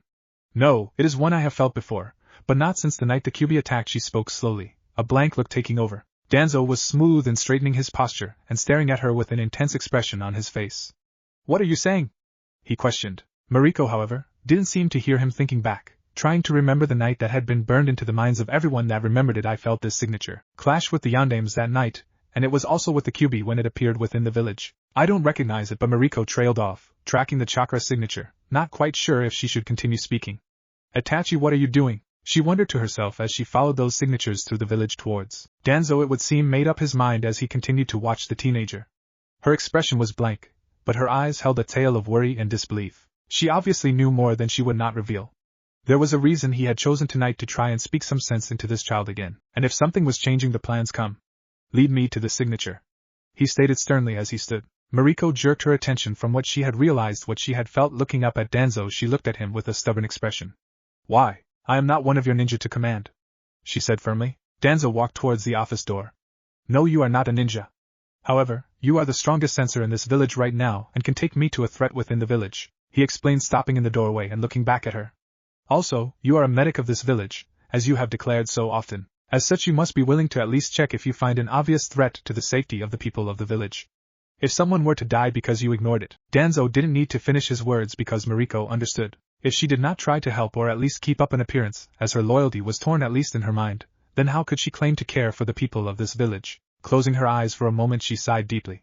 Fine, she finally agreed, before moving to follow the man out of the office. She could only hope Itachi knew what he was doing, or at the very least had a reason, because he and the other chakra signature were currently working together to attack the Uchiha within the compound. And on that night the bloody moon rose to cover all as a sacrifice was led to the altar. Sasuke!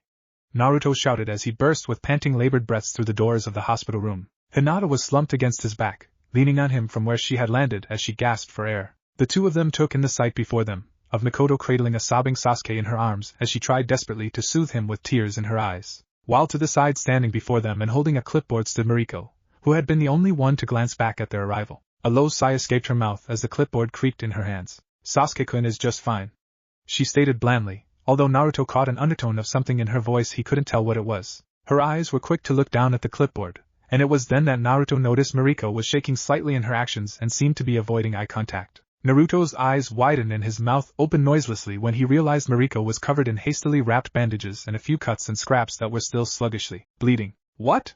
He exclaimed breathlessly, not too sure if he should be asking about the medic or Sasuke, who now that he had heard them was trying to remove himself from his mother's grasp. Hinata made a mournful cry as she pushed past Naruto and made her way to all but tackle Sasuke in a hug. her arms tightening around her friend when he trembled in her arms. I don't understand, she said harshly with confused pain in her eyes. What's going on? You missed class and then there was ANBU and ninja jumping all around the village. The Uchiha compound has been blocked off, and there has been worry and confusion in the village. Kashi came and told us you were in the hospital along with other Uchiha clan's members. Father has been at an emergency clan meeting with the Hokage since last night. I don't Sasuke. She finished his worried ramblings with gasp digging her face into his shoulder. Naruto was quick to move over and join his friends on the bed. His hand reached out to rest on Sasuke's head as he wrapped himself around his friends. He was used to pain and to misery. His friends were as well. Sasuke had problems much like Hinata had, yes, but they always had good things to balance out the bad. It hurt to see them suffering. He hated it. What happened? He couldn't help but demand in a quiet tone. Sasuke was his friend, and while he could be prickly, he was usually pretty happy if not cheerful. However, this wasn't his friend. This boy was heartbroken, and there were even traces of extreme rage that Naruto could feel coming from him. Father, Sasuke hiccuped. Father's dead. And uncle and grandpa and so many. Sasuke paused in his speech, gasping in breath greedily as he seemed to get choked on his sobs. Big brother killed them. Hinata jerked in place, and as shock spread across her face, Naruto, however, gained a grim expression with a slight glare forming on his face as his thoughts began to run. Itachi, he muttered lightly to himself. How? Why would I don't know. Sasuke shouted, digging his face into Hinata's shoulder and holding her tighter. I don't know. I don't understand. Big brother would never do this, but I saw him. And he Sasuke broke off again as a new round of wailing consumed him, causing him to cry his grief out in his friend's arms. Hinata turned heartbroken eyes to Naruto as she tightened her grip, just as confused as Naruto was. Itachi hadn't only been Sasuke's older awesome brother but been a dear friend to them. He had played with them when he had the time and always was happy to offer advice or answer questions if it didn't involve his missions. He and Shursui had more or less adopted Hinata and Naruto, treated them like family, like siblings. Naruto had Kashi, Sasuke had Itachi, and Hinata had gotten closer to Shursui. She had gotten along with the cheerful ninja. He had helped her build confidence in herself and in her friends. She had also seen a will within him that she deeply admired and respected. The way he helped those he cared for, even Itachi was looked after by the older boy. Shursui had been someone she looked up to and idolized. Hinata couldn't help but want to become someone like Shursui, someone kind and cheerful but also strong and determined. It had been painful when Shursui suddenly was dead. None of them believed he had killed himself, and Itachi had seemed odd ever since. Naruto had said that there was a deep burning hatred if not loathing within Itachi since Shursui's death. One that was only matched by his love for Konoha and them. It had conflicted and sent mixed signals, making him seem either distant or disinterested. At the time they had been distracted by what Moriko had told them, so they hadn't really noticed that he was any different. It was only when Naruto realized that he seemed to give off emotions similar to Moriko herself, that he had started paying attention, and by then Itachi never had time for them anymore. However, it had never given Naruto the feeling that something drastic would happen between him and the clan. Naruto had sensed the tension in the clan since he started hanging around Sasuke, but he had pushed it aside thinking it was his fault. Now he wondered if it hadn't been something else. Was he really not to blame? It had seemed strange that Itachi always seemed to have unease, regret, or even anger buried beneath the surface. Naruto had just thought it was normal. After all, aside from Sasuke and Hinata, everyone seemed to have something unpleasant buried deep inside. Naruto had just thought it was normal. What are you going to do? Naruto asked, suddenly pulling away from the other two slightly. Hinata looked at Naruto in worry as Sasuke pulled back to look at him with grief-stricken features and tear-filled eyes. I know you won't just forget about this, nor will you let Itachi just get away. So what are you going to do? Do you plan to kill him? Sasuke's eyes widened as his face crumpled in a mixture of rage and sorrow. Turning his eyes stared blankly at the bed as Naruto's words registered in his mind. Kill him? Sasuke's fists tightened on the sheets as anger filled him and pain. It was painful to think of his big brother as a murderer. It hurt, even more so, to remember him attacking him and killing their father. The most painful thing though was thinking of him as gone or dead. A shudder ran along Sasuke's spine at the thought alone. Itachi dead?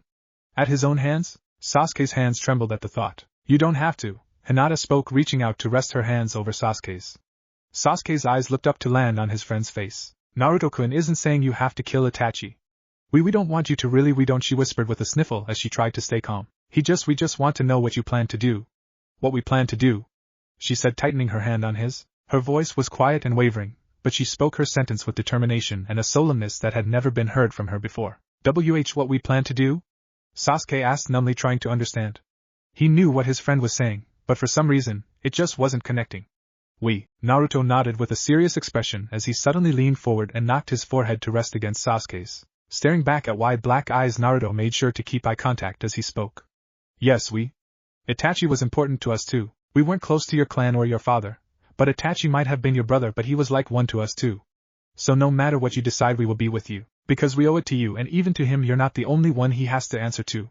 We will be at your side when or if you face him again," he said with a forceful tone. Hinata nodded rapidly from beside the boys, hand reaching up to rub harshly at the tears in her eyes. "Why yes," she choked slightly on her words, stumbling before taking in another breath. "Itachi-san was important to us too, even if he no longer cares for us, even if he's become a monster, we will stay at your side and face him with you, we won't leave you," she choked out with a cry at the end. Sasuke's eyes moved rapidly between Hinata and Naruto, wide and bright as they filled once more with tears. With a hiccup, Sasuke dragged in a deep breath, his hands clenching the sheets tight enough that he could feel the fabric trying to give. "Okay," he finally got out. "Together we'll find Itachi together." I don't know," Sasuke stuttered, stuck on his thoughts. He couldn't decide what he wanted to do with his brother yet. He wanted him to pay for killing father, but that was a distant weak thought to finding out why would he do it? Why would he attack him? Sure, it wasn't anything bad, he could almost think of it as sparring. But, hey, Naruto called, pushing harder on his forehead before finally pulling back. "You don't have to decide now, you just had something horrible happen. When you decide, we'll be here. And we'll be with you no matter what," he said with a narrow-eyed expression. Hinata nodded tearfully from beside them. "Right," she called out. "Just take your time, either way we aren't strong enough to do anything now, we aren't even ninja yet," she trailed off. "So we have time for you to decide," she said with a weak smile. Sasuke stared at his friends before nodding and clenching his eyes shut. He could wait. He could think. No matter what, he would have Naruto and Hinata with him. They wouldn't leave, and he would have his mother and Kashi as well. It took him a moment, but he realized that there would be others that were there for him, that cared for him. He wouldn't be left all alone to suffer. He wouldn't be alone. "Okay," he sagged as his friends wrapped him in a tight group hug once more and held onto them just as tightly. "Okay." Mikoto stood from the bed to allow them time as she rubbed her face. Moving over, she stood near Mariko, looking at the scene with a heartbroken expression. She was overjoyed that her Sasuke had such loving friends and was horrified to see him suffering so much because of everything that had happened. She could not help but curse her clan and husband as much as she mourned for it. Her gaze drifted over towards the other in the room, her hands twitching, wanting to reach out but unable to do so. She knew this would happen and had made her choice long ago. When the clan started pushing their opinions because of situations when the Hokage was trying so hard to fix things, she had seen the possible outcomes and none of them had ended well. Unfortunately, how it ended was one of the worst. She still had Sasuke, her child, her baby, but her other child was now painted as a monster, and her husband was gone. She wasn't surprised that she was missing and mourning for her eldest child more than her husband. He had chosen his stance when she had tried repeatedly to speak to him about things. They had moved apart already and knew it was over for some time.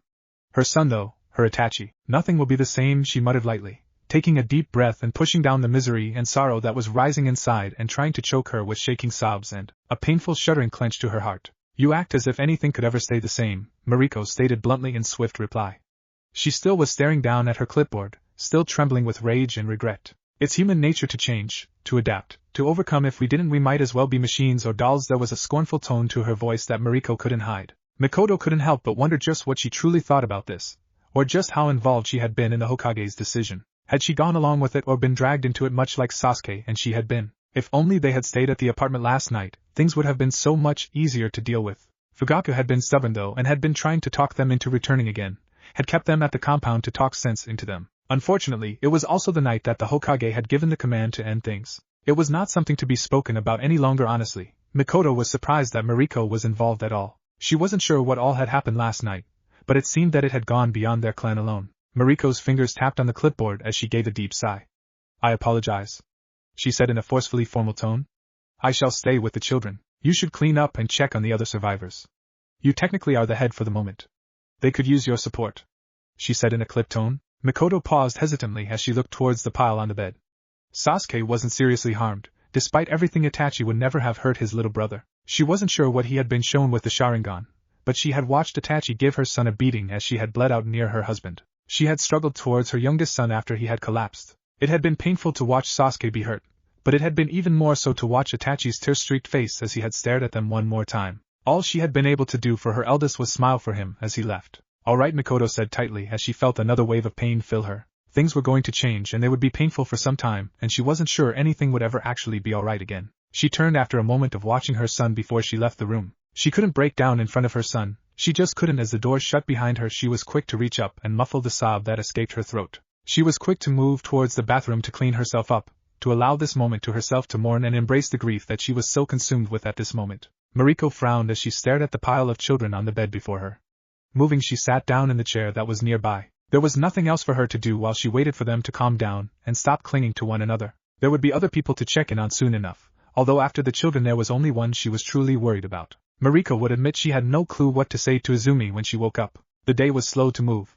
Sasuke had long fallen asleep, curled up in Hinata's lap as the girl refused to release the boy. Naruto had taken an almost guard dog stance, refusing to move from the foot of the bed and remaining alert with every person that walked by or visited. That was how Kakashi found them when he finally came around to check on them himself. Moriko finally left at that point to take care of her own injuries and to check on the others in Mikoto. Naruto was quick to notice that the ANBU member Kakashi had been talking to lately had come along and left with the room with Moriko. It raised Naruto's attention, and he could almost feel imaginary animal ears perking up in interest. Unfortunately, he couldn't explore the mystery of Moriko today. Sasuke was more important. Sasuke didn't get very many guests, thankfully. Naruto had heard a number of his fangirls outside the door a number of times. He could hear Haruno Sakura and Yamanaka Ino's squeals the loudest. Shockingly, it was Moriko's monotone voice that cut through and even overpowered the girls' whines with the most vicious and cruel tongue-lashing Naruto had ever heard. If Moriko had been unpopular before, she would probably be even more so after they went home complaining to their parents, ripping apart little girls' hopes and dreams of love while insulting them and calling them disgrace wannabe killers was not something parents would allow. Civilian ones at least. He was sure most clan or ninja mother/s would brush it aside as toughening them up. At least that was what Mikoto had said once when Hinata had made a girl cry for beating her in a taijutsu match. Hinata had felt guilty enough she hadn't needed the mom to tell her she was being too harsh. When Moriko finally came back into the room, with a displeased expression and her uniform disheveled and dropped down into the chair, Naruto stared at her curiously. He had so many questions he wanted to ask. It wasn't just about her and studying her. He also wanted to know about Sasuke and Mikoto and the other Uchiha, and what was happening in the village. And blinking, he took a deep breath, pushing away from the rapidly forming questions in his head. For a few moments, Naruto ended up staring at Moriko, who stared back with a bored expression. The silence filled up the room, and despite the unasked questions, it was soothing. There was no hurry, no tension, no fear worrying them. Only Sasuke resting beneath Hinata's protective watch, Naruto guarding them, and Moriko escaping from the world for a moment of peace. The questions could come later. Naruto, though, would never forget this day. He would never forget the night that things were almost destroyed, the Uchiha clan that was now shattered, and more importantly, he would never forget how easily his friend could have been killed, and he would have never known until it was too late. He needed to become stronger, needed to make sure no one could ever trick him or hurt his precious people again. There was a darkness in this village, one that Moriko had brought to his attention and that caused Itachi to slaughter his clan. And now that he knew it existed, he would be aware. Naruto wouldn't be ignorant. He wouldn't let his friends be in danger. If that meant he had to study and question every single person he came across, if he needed to learn how people behaved so he knew when someone was suspicious or not to be trusted, then he would distrust everyone until they proved themselves to him.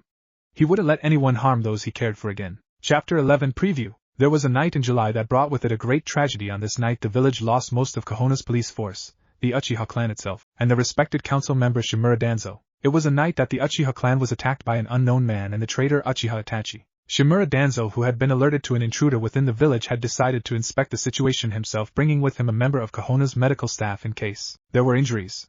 He had arrived with the medic only to find the Uchiha compound destroyed and littered with bodies. Shimura Danzo heroically tried to bring the villains to justice for their heinous crimes. However, he fell in battle. The medic who had arrived at the scene with the elder had sustained numerous injuries in the ensuing battle, acting as a decoy for one Uchiha Itachi as Danzo faced the intruder head-on. When ANBU Black Ops arrived on the scene to take over the battle, Shimura Danzo had already been brought down with fatal wounds. From the report, it was revealed that his right side had been completely ripped open and his head shredded along with it. The medic had been quick to move to the elder's side as the ANBU team took over. Regrettably, though, they had been unable to save the elder's life and had succumbed to his injuries. Shimura Danzo lost his life in the defense of his village, and one of its founding clans, the Uchiha. It was later decided to have been an act of good fate that the Uchiha had been welcomed back into the village before the attack. If the Uchiha clan had all remained in the new compound when the attack happened, then the entire clan would most likely have been completely wiped out. This situation brought several things to change within the village. Due to Danzo's brave actions, someone who had always been at odds with the Uchiha clan,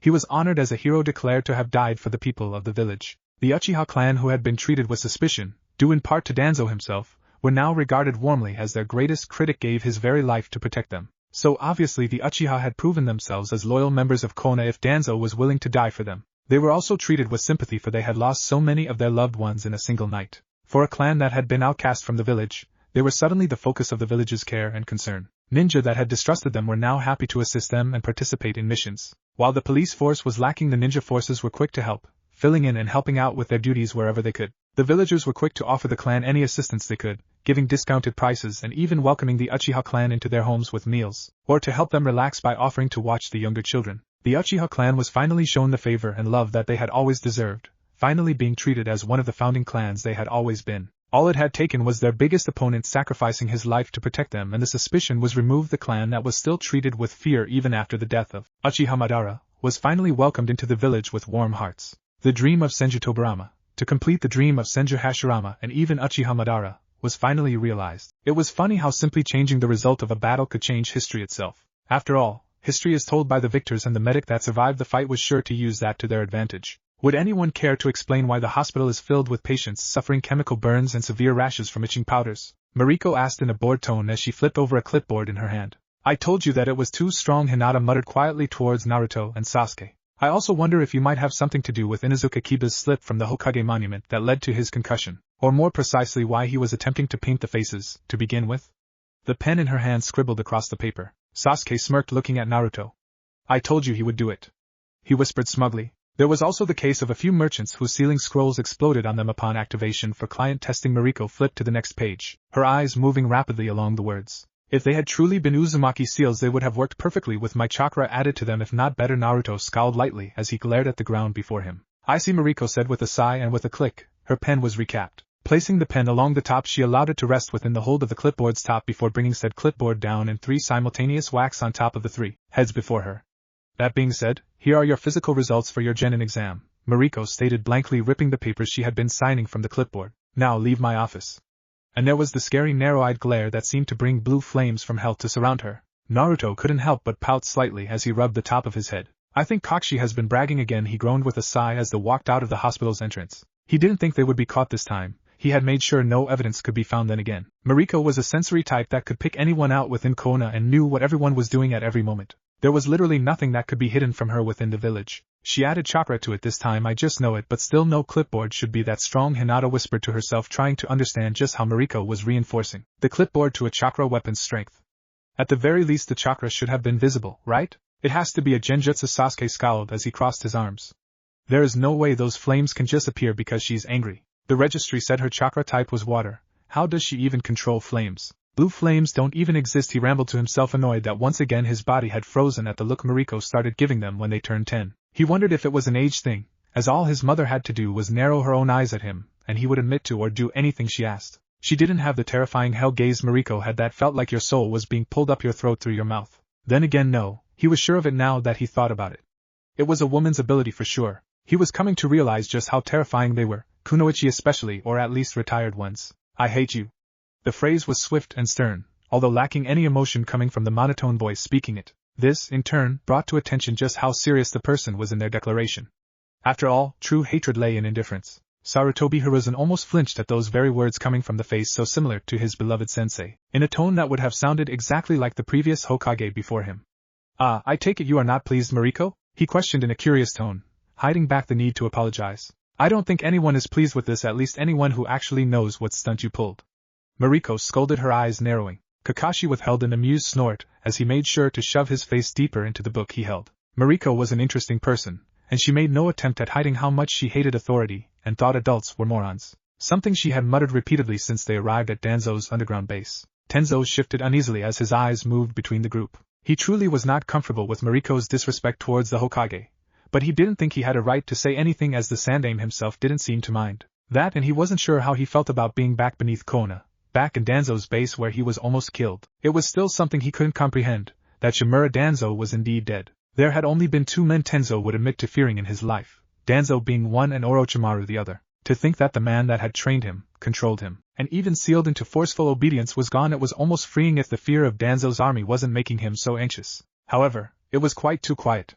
Shouldn't there be noise? Shouldn't Danzo's army be active? They stood in the center of his base, and yet, why are the forces not acting?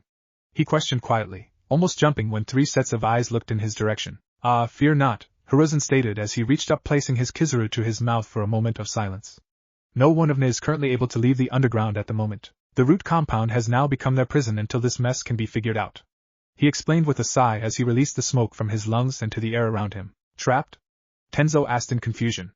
Kakashi also looking up from his book, his frown hidden beneath his mask. Mariko was the one to move at that. a scowl of annoyance on her face as she crouched down, placing her hand on the ground. There was a pulse of chakra that suddenly revealed just what the Hokage was speaking about. Glowing golden in color, and with a chain like a pattern entwined were seals. They spread along the compound ground, disappearing deep within where the light did not touch. They circled and climbed coving walls, buildings, and even the very ceiling was covered, giving an appearance of a cage. One good thing that came from being what I am, Moriko said with an expression of distaste, causing Tenzo to shift uncomfortably. Since my DNA registers Senju Tobirama as my biological father, I was able to unseal certain areas in the old Senju compound and the Hokage Tower. One of these areas held the seals Uzumaki Mito brought with her when she became Senju Hashirama's wife. Moriko explained, glancing in Tenzo's direction. Tenzo nodded slowly. Danzo had always tried to have him unseal the locked areas of the Senju compound. However, while he had Hashirama's DNA in him, it hadn't changed his blood, nor did it make him a direct descendant, more like a distant relative. He already had the blood of both his parents coursing through his veins before he was chosen after all. From what Tenzo knew, Moriko had been injected with the nidames before she even grew from a fetus. That would probably be why the seals would recognize her as a direct family member. I won't lie and say I'm skilled at seals. I know the basic knowledge that most medics are taught for treatment purposes. If Mito-sama hadn't been so precise and exact in her seal work and application, I doubt this would have been able to work without Jiraiya-sama here, and Uzumaki would have been able to use it easily. Moriko muttered with a slight frown as her eyes traced over the seal work. As it is, I needed help from the barrier team to even be able to place the seal and figure out how to extend it, let alone figure out how it worked. They did the work, I only provided the chakra. This is the only time having insane chakra levels comes in handy, I suppose. She finished with a shrug. Hiruzen nodded as she finished speaking. The seal is a containing type, similar to the 5-seal barrier. While it does take a large amount of chakra to keep active, it doesn't have specific requirements to be activated such as the 4 red yang formation does. As it was a creation of Lady Mito, it is a very strong seal, able to contain the members of NA and stop them from using chakra. I must say it was an ingenious creation. Once activated, it uses the chakra of those within to help strengthen it and keep it active. Hiruzen explained as his eyes drifted over the familiar swirling patterns of chains. It had been a long time since he had seen a seal created by the wife of the Shoudai. Moriko nodded, removing her hand and allowing the sealing to fade away from view. I'm pretty much here as a warden for the seal while everything is figured out. Since chakra cannot be used within the seal, the one Danzo placed on his army cannot be activated. That also means that a method to remove them has to be figured out, she said, glancing towards Tenzo. And then those that held it will need to be evaluated to see if they are safe to remain in Konoha or not. Safe? Tenzo asked curiously. Kakashi nodded, snapping his book closed. She means if they are loyal to Konoha and not Danzo's manipulations. If they prove to be too far beyond our reach, they will most likely be eliminated, Kakashi spoke calmly, although an expression of dislike crossed his face as speaking of killing fellow members of Konoha. It wasn't something he agreed with. It wasn't something he wanted to do at all. Hiruzen nodded as Tenzo froze at the thought of all of NA possibly being killed. Moriko will be keeping an eye on the seal, since the barrier team has returned to their posts, and she shall be the medic to deal with any medical needs we might come across and help with their evaluation. However, I also need those that have seen and dealt with Danzo's methods to help as well. He explained, taking another deep breath of smoke as he looked towards the two males. Tenzo blinked slowly as he understood what he was asking. You want Kakashi and I to help? He questioned, gaining a nod from the Hokage. Tenzo looked over, locking eyes with Kakashi as he thought over it all. He was uncomfortable with it, to be honest. Since being removed from Danzo's care, he had tried to ignore and forget what went on in the NA. Just who will know of this, Hokage-sama? Kakashi questioned after a moment of thought. Hiruzen released a deep breath of smoke as a stern expression crossed his face. Thanks to Moriko's testimony on Danzo's behalf, the village sees him as the hero he always wanted to be. It has also helped improve relations in the village with the Uchiha clan. As such, the public is not to know of his actions under any circumstances. Those that have worked with or been aware of the will, of course, know, such as yourselves. Other than that, only the TI headquarters will be informed of the situation. They shall be helping in the evaluations to make sure there are no hidden motives or secrets hidden. Inochi shall be heading that himself, meaning it will be a slow process. I don't need the fear and horror that will come from Danzo's actions being spread. I am still cleaning up the mess Orochimaru left behind. Tenzo nodded slowly. I see, he muttered. Kakashi glanced at the other from the corner of his eye and gave a sigh. This really is all a mess. Danzo might have been a problem, but his death seems to have created a much bigger one, he said with a bored tone to his voice. Hiruzen gave his own sigh in return. Yes, and I have no one else but myself to blame. If only I had been able to shoulder the burden of the darkness that exists within the shinobi nations. If only I could have balanced it, and continued the goals of strengthening and building the village as the Nidaime had. Hiruzen spoke with a wistful tone that ended in a mournful tone. There is nothing to be done for it now. I'm far too old to change things more than I have. Moriko glanced at the three men from the corner of her eyes with a scowl crossing her face. So you intend for the new generation to have to deal with this to fix the problems that you caused, she scolded, gaining a tired expression from the Hokage, causing her to scoff and look away. Of course our goals are to protect and help the new generation to grow, only to lead them like lambs to the slaughter. Mariko, Hiruzen spoke only to be silenced as the girl crossed her arms, turning away from the three. This is why I'm not one of your soldiers, one of your weapons. I refuse to just leave them blind to stumble along and hope they will succeed where we have failed. It's nonsense. She grits out, her hands tightening on her arms. It's unforgivable. Kakashi remained silent as he watched the scene play out. Closing his eyes with a deep sigh, he opened them towards the sky. When he returned home, it would be to a broken little boy that was still healing from the betrayal of the very village that should have protected him. To think that one day Naruto and his generation would be responsible for the future of the village, that they would have the burden of carrying the consequences of the past. The hatred that the shinobi nations had created, through bloodshed, deception, and betrayal, would one day take their failings on as their own. It really was a saddening thought, wasn't it? Mikoto was silent as she held trembling hands in her lap. She had returned to the clan's compound, looking at the destruction around her. The needless death of those with more pride than intelligence, those that held the past and its grudges more tightly than the future or peace. She had wandered the streets and buildings like one of the ghosts that no doubt haunted it. Eventually, her feet brought her to the house that had come to be after the Kyuubi attack, her hand dragging along the painted walls and running over brief items and knickknacks she came across. That horrible vase Fugaku's mother had forced them to keep. The books that were always in quick reach for those who entered, the tea set she had for guests. Wandering through the house, she had ended up here, in the kitchen at the table her family so rarely ate together at. If she closed her eyes, she could see them, feel them. She could feel the tears burning in her eyes as her hands tightened. Sasuke would be talking animatedly about what he learned today. Fugaku would be distant but observant. Itachi would be praising and encouraging toward her youngest, while she would simply smile and laugh, happy they were together. Oh, Itachi! Her hand jerked up to cover her mouth, as if speaking here would awaken something. Her mind flickered back to cold eyes and a cruel expression, to tears falling as Fugaku accepted his fate. Her son, her precious little child, the child she had coddled and loved, the soft-hearted boy who never really hardened to the clan's ways. No, her Itachi had merely learned to distance himself, to think of everything as a lie, to become a lie. He acknowledged what was happening, knew it was real, but he would never accept it as truth, locking everything away and burying it so far down that he couldn't feel any of it, only watch it like a bystander, distant but there, an observer and nothing more. There was an ache where Fugaku had been, a cold chill where she could feel her husband at her side, or the memory of it at least. She mourned for him, for the husband she had loved and who had won her over for marriage. She mourned for what had been, who he had been once upon a time that felt almost like a dream now.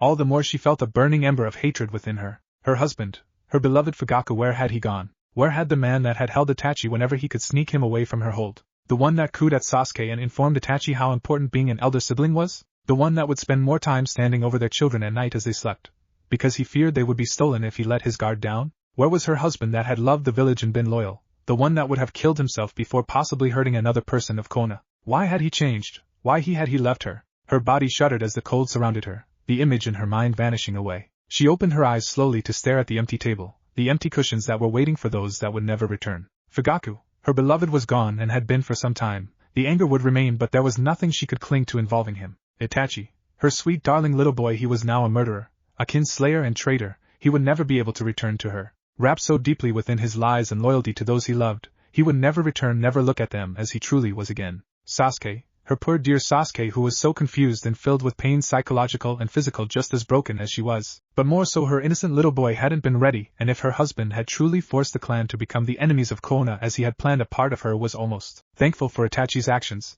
as selfish and horrible as the thought was. Her Sasuke wouldn't have been able to handle being the enemy of their village, being hated and distrusted by everyone around him. It would have broken her little boy to be the bad guy, to be the enemy. He would have faded away until there was only an empty shell left, angry and bitter. Taking a deep, shuddering breath, she closed her eyes once more before she finally pushed herself away from the table. The past was nothing more than just that now, the past, a memory that could no longer be touched but fondly looked back on.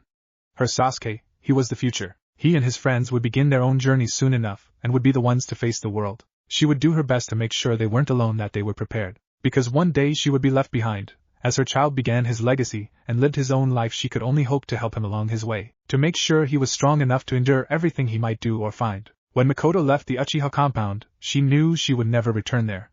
It would be best if the village tore down that bloodstained memory. What if Naruto has red hair and chakra chains? And thanks for watching my video till the end. If you enjoy this content, then do consider subscribing to my channel, and leave a like if you guys need the next part. Comment down, and thanks for watching the video, and see you guys in the next video.